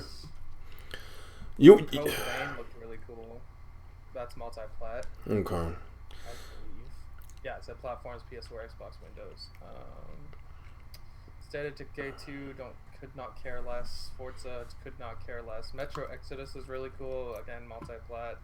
Assassin's Creed was really cool. Multi-plat. Player Grounds Battleground, it's better on PC. Xbox One price point, it's what I had expected, $500. That makes sense. Star Wars Battlefront, they didn't show it because that's going to be a Sony show. Yep. I guess this is EA stuff. Anthem looked cool. Anthem? Okay, yeah. I thought Anthem looked pretty cool. The Last Night. Yeah, you could probably go on camera now. I'm on Hangouts. If you I want. have my camera on my own stream. Oh, okay. Yeah. Let's see. That's about it, I guess. Like, they had some decent stuff, but a lot of it was It's like this. If you like diversity of video games, all right. I'm gonna try not to go on a huge rant, people. I've been saying this for a while that in order for Microsoft to have a chance with Sony, they need to come out not only just with exclusives. Well, yes, exclusives, but they need to come out with a diversity amount of exclusives, not just a bunch of multiplayer games. Just you have to play with other people, and just and you rely on multiplats, the games that you can also play on PS4. majority of the games that Microsoft showed was games you can purchase on the PS4. Okay. Okay. I don't know what else to say. The 360 was a hell of a console. Even the original Xbox One was a hell of a console. It had a lot of exclusives. 360 had a lot of exclusives. Xbox One, it's like they are shifting in a different direction, even though I'm just not a big fan of it. Like I said, I like multiplayer games, but I also like single player games. Just like with the what's that? Tomb Raider. Rise of the Tomb Raider. Was it not last year, but the year before when it came out 2015? That was a huge mistake by making that game at time exclusive, knowing that there is a game that is similar to Tomb Raider in which is called Uncharted on the PS4. So I just don't understand why Microsoft is not competing when it comes to a diversified amount of games in which what Sony got. Like, I like different types of genres. Where is their Major League Baseball game? Where is the Major League licensed baseball game? Even though PlayStation got Major League to show. Where is all the hack and slash games in which you get hack and slash games on the PS4 with Nier Automata, Neo, like you got Yakuza as a beat 'em up game. Where is your action adventure games like an Uncharted or a Horizon Zero Dawn? Where's your JRPGs like a Persona 5? Those type of games. Like it's just so many holes that Microsoft needs to fill. And don't get me wrong, a lot of those games that were shown at Microsoft's press conference was good games. The problem with that is I can play it on PlayStation. So whenever PlayStation do their conference tomorrow, I expect a lot of games in which I cannot play on Xbox. That is my issue here. That's my issue. Okay. The original Xbox, that was cool. Okay, I was a big fan of the original Xbox. I even got the original Xbox right here. That's how I became a huge Xbox fan, because when Dreamcast left the console market, a lot of Sega exclusives went on to the original Xbox. Of course, there was some Sega games that went on PS2, but majority of the Sega games went on Xbox because they had like a partnership with Sega at that time. That's how I became a huge fan of the Xbox brand. They had a lot of exclusives. Games I cannot play on other consoles. Same with PlayStation. Games you cannot play on other consoles. Nintendo. Games you cannot play on other consoles. Like, if you have a PC, then what's the point of getting a Scorpio? Because those games that they named as multiplayer, they're also going on PC. And it's going to be more powerful on PC. That is my problem. Am I going to get an Xbox Scorpio? I don't know. I really don't know. If they give us a good trading program, I'll be like, okay, cool. I might just give it a shot if they could give me a good amount of money. I love multi-plat games. Don't get me wrong. I love third-party games. My problem is how the hell can Microsoft separate themselves from the competition? They can't. They don't want to separate themselves from the competition. They don't want to expand, get more first-party studios, create new games, more games, better games, high-quality games, diversified of games, more genres. It's just a bunch of games I have to play with other people. Games in which I can play on my other console. That is my biggest issue here. Microsoft don't get it. Like, I'm just a little frustrated. As far as the conference go, people, I give it a 7 because it's a decent score. It's decent. I'm not gonna give it. I might say maybe 6.5. I don't know. It's okay. It's decent. I won't say it was it was a great show, you know, if they had games that you can't play on other consoles, high quality games, then I'll say yes, it's a great show. But those games that they shown, like Sony could probably show it tomorrow. I don't know. Like I could play it on my PlayStation 4. But how many games that Sony is going to bring to the table in which I cannot play on other consoles? I just don't understand. I guess the Xbox console is a multi-plat machine. I don't understand, people. I don't understand. Maybe y'all can help me out. Maybe y'all can help me out. I'm still a huge Xbox fan, people. Don't get me wrong. I'm still a huge Xbox fan. I love the Xbox brand. I just don't like the direction that it's going. I just don't like the direction. You have anything to say, Alex? I think he's still gone. Okay, what else can I say? Oh man, I'm trying to keep good spirits. I know E3's, you know, it's like a Christmas for gamers. That's all it is. A Christmas for gamers.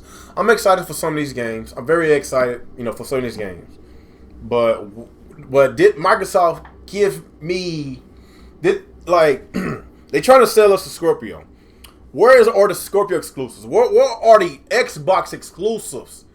Where are the games that I can't play on other consoles? The exclusives that they name is the exclusives that we've been knowing about since, what, 2015 or something like that, with Cuphead, Sea of Thieves, in which that's still not coming out this year, Crackdown 3, in which hey, don't get me wrong, that game looks awesome. That game right there looks awesome. I'm not going to lie. That game looks awesome. Crackdown 3 looks awesome. But we've been knowing about these games for a long time. Like, where are the heavy hitters? We've been knowing about these games for how long? About 2 years, 3 years? We didn't get no new announcements last year's E3. We didn't get no new announcements this year's E3, if you want to count Ori and the Blind Forest. I just don't understand, man. I don't understand. If you love multiplats, like I said, I love multiplats. I love multiplats. But I love games in which I cannot play on other consoles. That's what I'm saying, people. You back? You back? Yeah. Oh, yeah. I kind of went on a little rant here. Let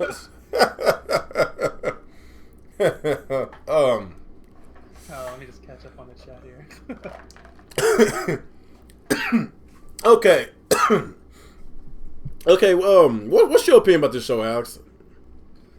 I thought it was okay. Like, Crackdown looked good. Sea of Thieves is garbage. Cuphead looks good. From the couple seconds we saw of it, we finally got the release date for it, so I'm happy. Mm-hmm. Xbox One X, not the greatest name. Price is okay. I'm happy they're keeping to their word that most of the games will be Xbox and PC. That's great for me. Xbox backwards compatibility to the original Xbox, don't care. I don't see why anyone would be cheering for that when you're trying to sell you a new console. A lot of multiplats. I know that's not what you were expecting.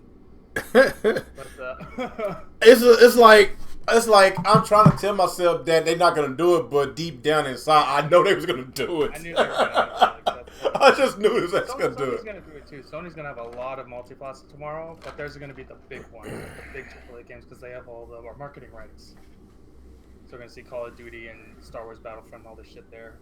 But they'll have like a lot of their own exclusives, like bigger games, not just indie games, which was a lot of Microsoft's 22 console exclusives were just majority were indie games. The rest that they said were console exclusives were like console launch exclusive, so Xbox gets it first, which will be multiplat. I don't like that stuff. Minecraft getting crossplay, I think is really cool. Crossplay with the Nintendo Switch, iPad, and the PC and Xbox together, that's really cool. A lot of 4K talk, not all that interesting to be honest, but I think it's strange to explain the 4K stuff to people. They just kind of said 4K, 4K, 4K. Yep. Like what? But okay. So I think they did a bad job explaining why you need this console, to be honest. But I thought it was a good show overall. Like, no, I'm not trashing the show overall, Okay. No, that doesn't come out right. I thought it was gonna be okay show. It turned out to be pretty good. I'm not trying to trash the show at all.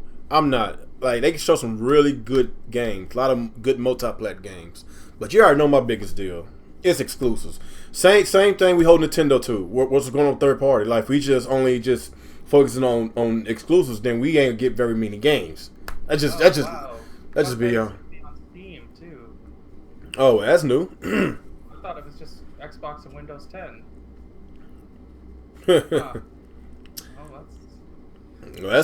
That's cool for you because you got Steam, right? Well, either way, I would have got it on PC through Windows 10 store, but now I'll just get it on Steam. If I have the option for Steam, I'll always pick that over the Windows 10 store because the Windows 10 store is not very good. Yeah, I've been hearing that a lot. I don't know anything about it. Shadow War looks pretty cool. Assassin's Creed looks pretty cool. Assassin's Creed Origins looks awesome. That was the Atheum looks cool. Yeah. What else? What else? Multiplats. They're shown. Life is Strange. You know, I like the first one, so I'm pretty sure the second one gonna be pretty good. Yeah. So basically, majority of those exclusives that they shown was indie games, and does Cuphead count as an indie game? That has to be an indie game. Yeah, it's an indie game. It's just like sponsored by Microsoft, but it's made by an indie team. Yeah. So, so what was the new announcements of Microsoft Studios games? What? No new in-house games were announced. What was that little Fox game? What was that? Super Lucky's Tale.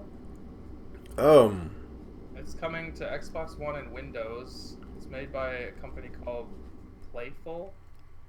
Let's click that here, see what happens. Playful Corp. They don't seem to be owned by Microsoft, and it's available on Steam too. Oh, cool, nice. Huh. So that's whatever. Oh no. I don't remember it, so it must have been not impressive. Oh, this is that game where you walk down a corridor and they tell you to pre-order. Get out of here. Oh, damn. I guess that was it. Like, Forza's Forza. Like, everyone expected Forza. See, a lot of people they thinking like me, like they giving the show like 6, 7 out of 10 because a lot of people was expecting more exclusives. That if they had at least 3, 4 exclusives, you know, some big heavy hitter games, then I would have given this show. It would have been a really good show in my opinion. I would have gave maybe a 9 or a 10. But Microsoft did show a lot of games, though. They showed 42 games. You can bet your ass that's way more games than Nintendo's gonna show. Oh yeah, that's true. That's true. But most of those games, 22 are exclusive indie games, but whatever.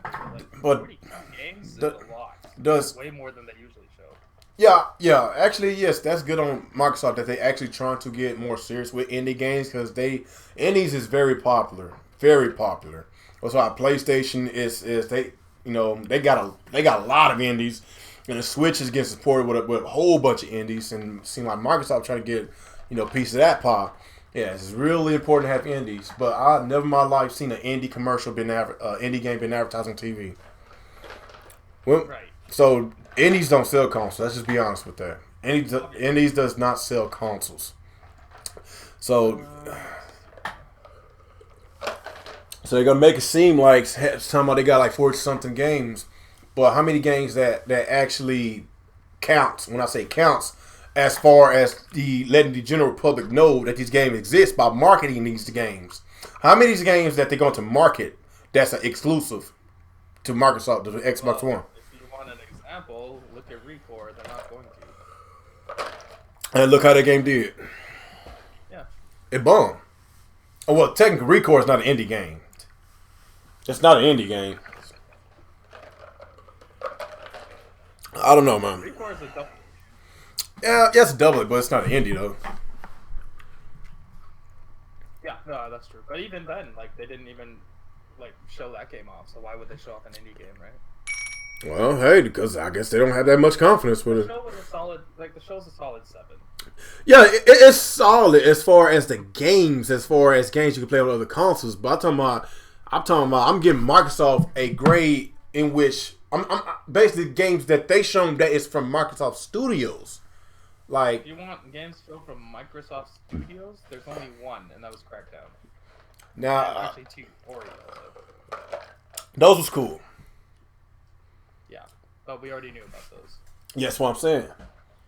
How many years you knew about Crackdown? About 3 years now? It's been 3 years now. So I'm convinced they are no longer doing that 100% destructible buildings thing. Because they did not mention it, and they completely blew by any sort of blowing up buildings. Like I saw like a water silo blow up, and I think I saw a wall blow up. That was about it. So I don't think they're doing that blowing 100% destruction anymore. Yeah. And as predicted, they did not speak a word of DirectX 12 or the cloud, because those were lies. Yeah. I'm not feeling that name though. Xbox One X. They should have kept Scorpio, man. They should have kept it. That should have kept it. Should have kept it. Maybe they should have cut it. Maybe that should have been the code name Xbox One X and just named this Scorpio. They should have they had it backwards.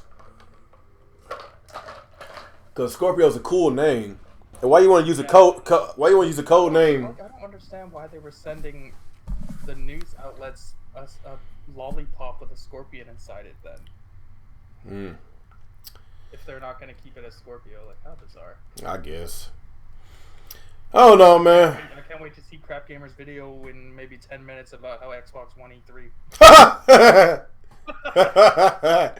It ain't over yet. Yeah, the what? It's definitely over. Oh, look, another Nintendo fanboy. Xbox show was mediocre as fuck. Some trailers went too long, and no real Xbox exclusive. Plus, why do I need an Xbox? That fake ass gamer Terrell. Where you seen this at? Huh? Where you seen that at? Twitter. On Twitter. A lot of Nintendo fans like to talk a lot of shit, but then make a lot of excuses when Nintendo does something bad. I don't pay him no mind. I don't know. He made a video about you during his lunch break. He's gonna bang it up. Oh my god. I'm excited for Sony's conference tomorrow, though. Oh, I'm very excited. I'm very excited. Like, it's like this. I don't think that's gonna happen. It's nah. I'm not even gonna think that. I'm not even gonna think that way. I'm over thinking about if they come out with a more powerful console than a Scorpio. I'm be like, well, what's the point of having Scorpio? They got the better multi-plats, the more exclusives. They got everything. I don't understand the whole mentality of just because Microsoft has the better looking exclusives that they're okay. Like, I am hard pressed to believe anyone with a PlayStation 4 or a PlayStation 4 Pro are going to sell their console, leave their trophies, leave all their friends that they've been playing with for 3 years, just to buy an Xbox One X to play the games in better resolution. It's not gonna they not gonna leave their trophies like. Oh man. Like Jay Barrett fans, like he has a shit load of trophies. I think he got like 4,000 trophies. That's a lot of trophies. That's a lot of time. That's a lot.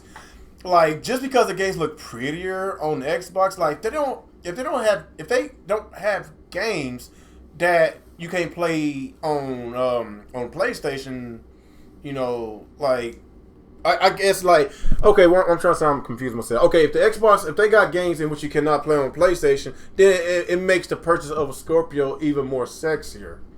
Like, if you want a stronger console than the PS4, get a PS4 Pro. Scorpio, of course, is going to be more powerful. But I don't know. As far as the Sony fans go, like, it's like this. If you play more multi-plat games than exclusives, then the Scorpio is for you. That's all I can say. But if you want diversity, if you want more games, you want multi-plats, you want indies, you want everything you would think of, then PlayStation is for you. and I don't know what gamers. I don't know any games besides these Xbots, these little retarded fanboys in this community that basically cry for less games. I don't know many of them besides only the YouTube community. But the people I know in the real world, like they'll be like, okay, why do I want to cry for less games? Like they'd be like, who the hell in their right mind would think about that? That's retarded thinking, crying for less games. Well, yeah. only in the Xbox community, man. Only in the Xbox community. Because they're peasants. And they've lived in a refugee camp and they've been oppressed for 4 years or whatever that goes. It still is oppressed. What time is Bethesda's conference, man? Because it's like this. It's in 5 hours. Jesus, why? I don't know. That's 11 o'clock my time. Yeah, it's late. Oh, ain't no way in hell I'm streaming that. Alright, well, let me double check. Bethesda is, 9 o'clock my time, so it'll be 11 o'clock your time. Oh, Jesus. I'll be streaming it, but, like, you don't have to, obviously, if you gotta go to sleep or something. Nah, I took off tomorrow and Tuesday. Oh, did you? Okay. But my wife probably be asleep by then. I don't know about that. I don't know I'm gonna do that. Why so late? They weren't this late last time. No idea. Like, that is really late. That is so late. And then there's a show after them. What? Yeah, Developer Digital goes on at 10 p.m. So Bethesda's an hour. That's crazy. Developer Digital goes on at 10, so which would be 12 your time. I don't even know if those guys have enough stuff for their own show. It's like this: if they announce Wolfenstein, a new Wolfenstein and Evil Within, I'll be like, man, they done killed Microsoft. I'm sorry. I'm good. I'm happy if there is a Wolfenstein team. If there's another Wolfenstein and Evil Within, I'm a huge. Those two games right there made me to be a huge fan of Bethesda. When I played those games, I started playing other Bethesda games. I was like, man, they make some really great games. I tried Fallout 4. That game was too damn buggy, man. It's a good game, but it's just I couldn't play that game. It's just unplayable.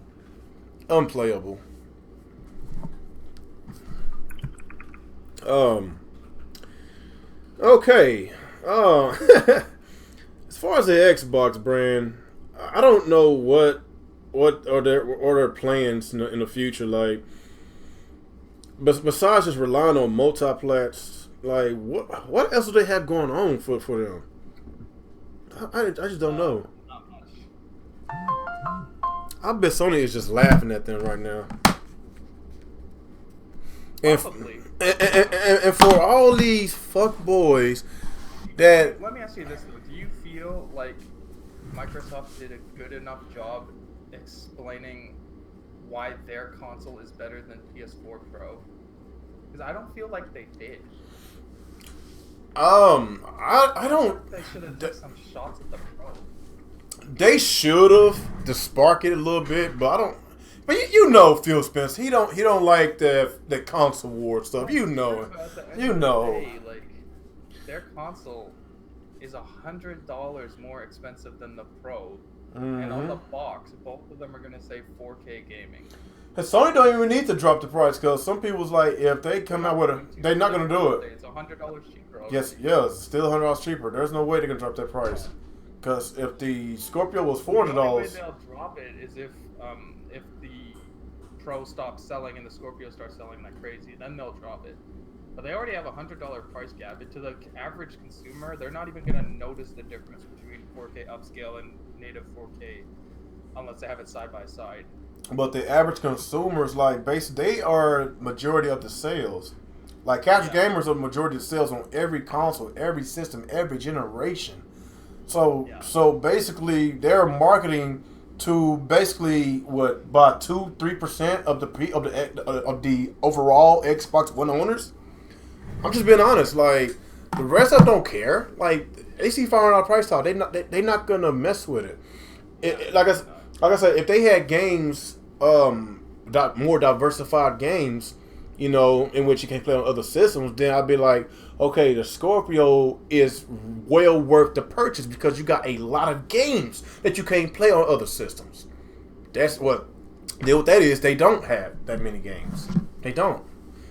They still talking about games that they announced back in E3 2015. We still talking about it right now.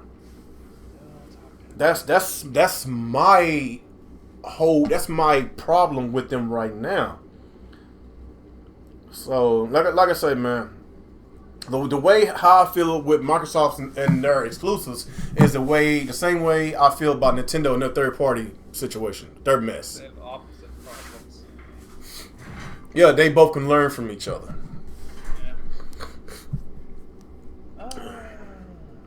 It was okay though. It was an okay show, you know, just the games overall. I'm talking about just Microsoft, their own stuff. That's my problem, but I don't know. Really need to kick it up a notch when it comes to in-house games. Yep. I don't even know what else to say. Seriously lacking with first-party titles. Mm-hmm. I don't know what else to say, man. Is there anything you want to talk about before we get off? I think we're good. It's been like 3 hours already. Oh shit, 3 hours? Fuck. Danny Ingram said something is laughing. Oh my god. Okay, I guess people, we're gonna probably close the stream. I would. Should I do questions? What you think? I don't know. We can do questions if you want.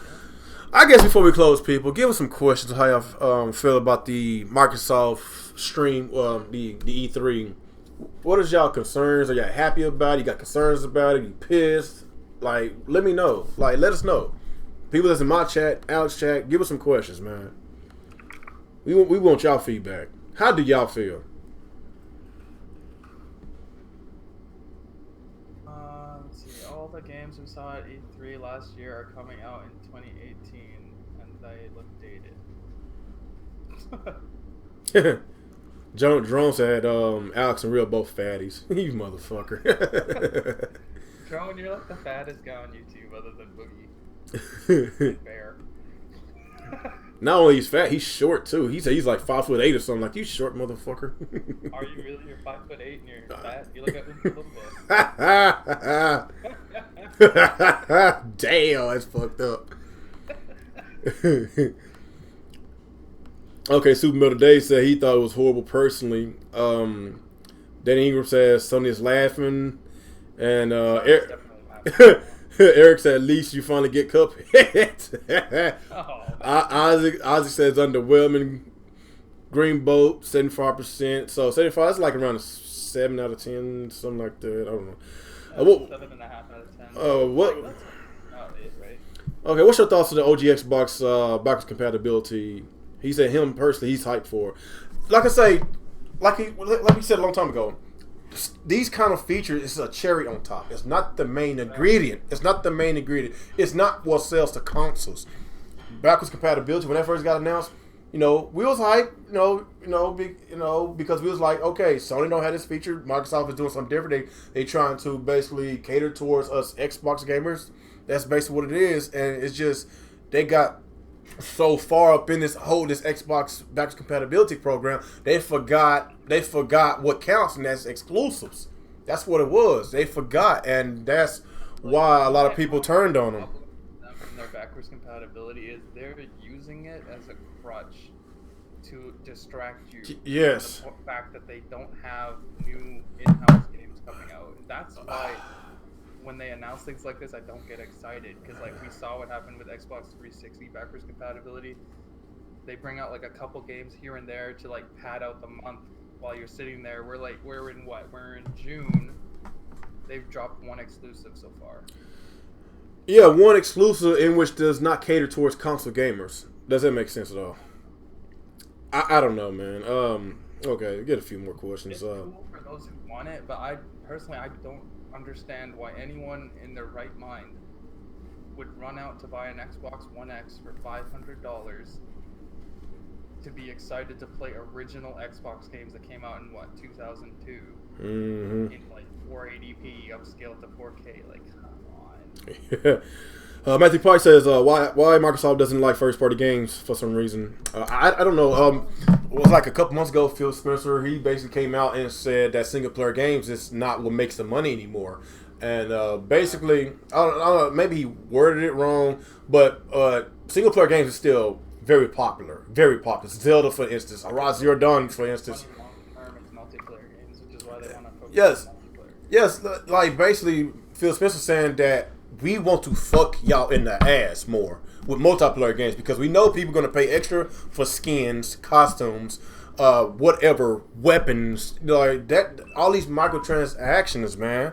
That's what it is. They want to microtransaction your ass, and they just can't find a way to implement that in single player games. So that's why they are focusing more on multiplayer games because they know they can get you. You know, but as far as single player experience, like Zelda would never be unpopular. Horizon Zero Dawn is really getting popular right now. A lot of people love it. I love it. I love the game so much that I platinumed the game. And I'm not that kind of person that want to search for every damn trophy and achievement.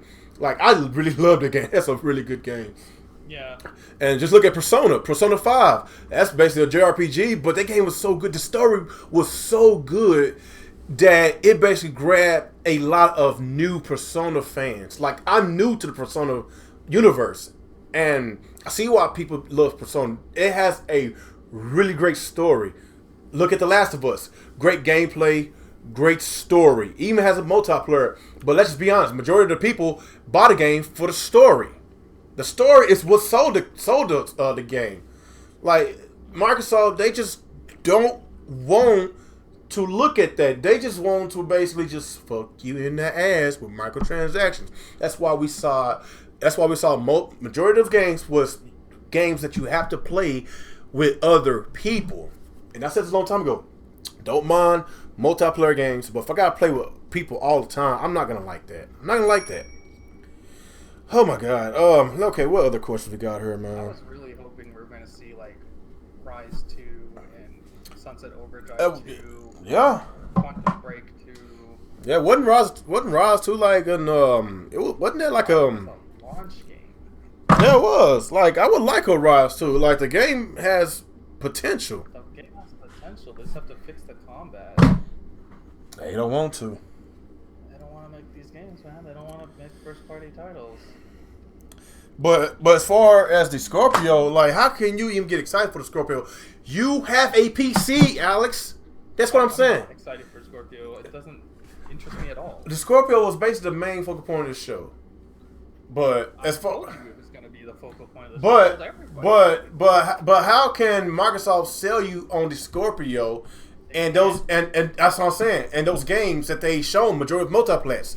From what I saw on this show, I have zero incentive to buy an Xbox. PC, all those games are coming to PC. I love that they're doing Xbox Play Anywhere. As long as they keep doing that, I'll stay on PC.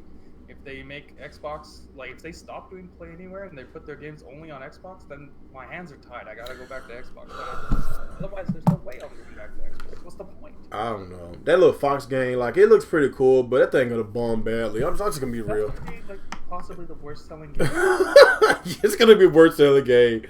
Like, the only person who's gonna buy that game is Crap Gamer. Oh damn, that's fucked up. And because just to use it in a video to prove diversity or something. Okay, well, whatever helps him sleep at night. Okay, do y'all think Super Lucky's Tale's going to flop? Yeah, we were just talking about that, Matthew Pike. Platformers on the Xbox don't do very well. It doesn't. Just like realistic shooting games fail on Nintendo, a fun cartoon game was gonna fail on Xbox. Yeah. Well, as far as this Nintendo, like, I honestly think Nintendo grabbed a whole bunch of people that own the Super Nintendo. So I think that this console is more hardcore than the Wii and the Wii U because they got a lot of people. They're not catering this system towards old people like they did the Wii. This system is really for everybody. They're trying to gravitate a lot of Nintendo fans that played on the 64, the NES, the Super NES. So I think that Call of Duty, if that is true, I think it is true coming to the Switch. I think it's gonna do pretty good. That's what I think. I hope. I think it will. I think it will do good. I don't see why they wouldn't get it. Hold on. Don't they got an E3 Activision? Activision. Let me check. I'm pretty sure they have their own show. Yeah, because that's when we're gonna. I have a list of all the shows here. Cause that's when we. No, Activision does not have a show. Oh damn! So what? Okay. Okay. Microsoft, Bethesda, Devolver. Okay. Ubisoft, Sony, and Nintendo. So okay, is this gonna be another stealth release on the Nintendo platform again? I'm actually pretty sure they're gonna announce Call of Duty. They have to, man. They have to. They can't do no stealth releases. Why doesn't Rare listen to the fans and make a Banjo 3 and Conquer sequel? I don't know what Microsoft is doing with Rare, man. Like, I honestly, I kind of agree with Alex. Maybe they took that game. Maybe they took Rare away from Nintendo because they know it's gonna sell well on Nintendo. That's probably what it was. At this point, that's what it sounds like. They bought it just to make sure no one else can use it. That's what it looks like. That's what it looks like, man. I don't know, man. I was really hoping we were gonna see more stuff from Rare, but all they're doing is the Sea of Thieves garbage. I guess. You don't have no questions on your end? I have Drone Pressure here asking why do we never send him food. Oh God, you was, God damn it, dude. Send him food. All right. Never sending you any food, my friend. I will send you a dead chicken, and you have to cook it. You got to skin it and everything. How's that? There you go. Oh yeah, Super Meal Day. Yeah, he does not like the show.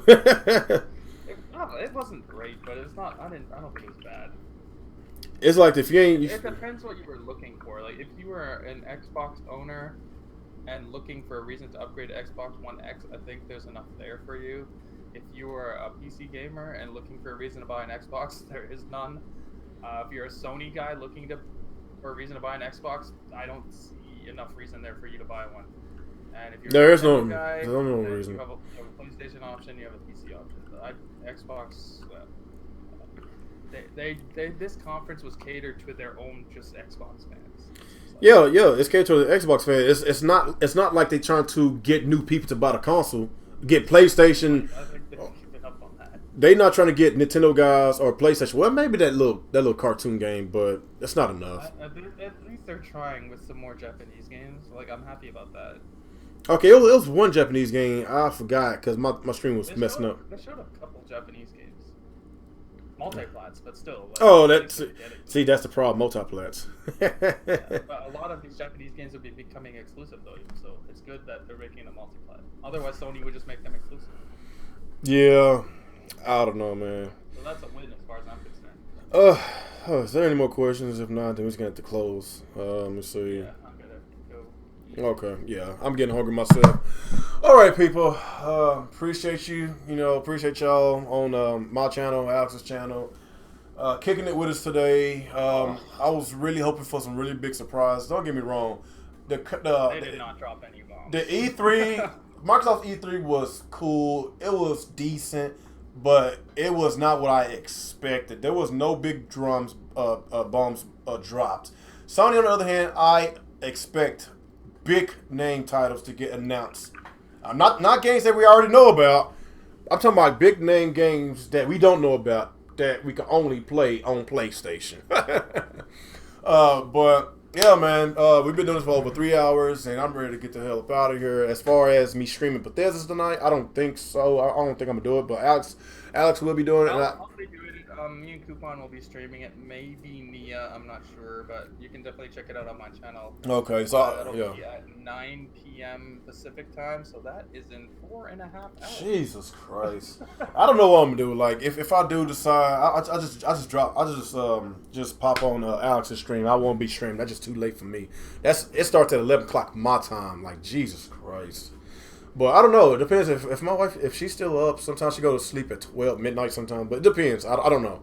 But it's kind of like maybe it's a 30% chance I will stream. 30% chance. So, I guess after that, just go ahead and just get the fuck out of here. I guess let's do your outro, man. What's going on, everyone? Activesen here. That was Microsoft's E3 2017 conference. Some good stuff in there. Some not really any surprises for the most part, but we got release dates, and we saw a lot of games, and we got some Xbox One X price points, what it looks like. I'm surprised they didn't actually show one in person. That's kind of odd.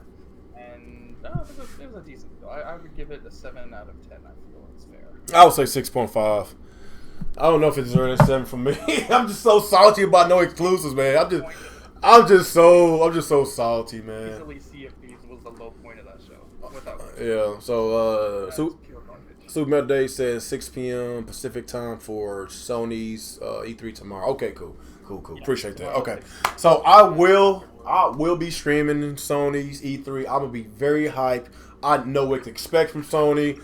It's like I went from the Xbox bandwagon to the Sony bandwagon because I have games to play. I'm just been on. I go where the games are at, man. It is what it is, man. But yeah, like I say, people, appreciate all y'all coming in. Appreciate people on Alex's channel, my channel, kicking it with us. Even though we don't really have very large channels. But like I say, man, we'll do it again tomorrow, and we will see y'all there. Peace out.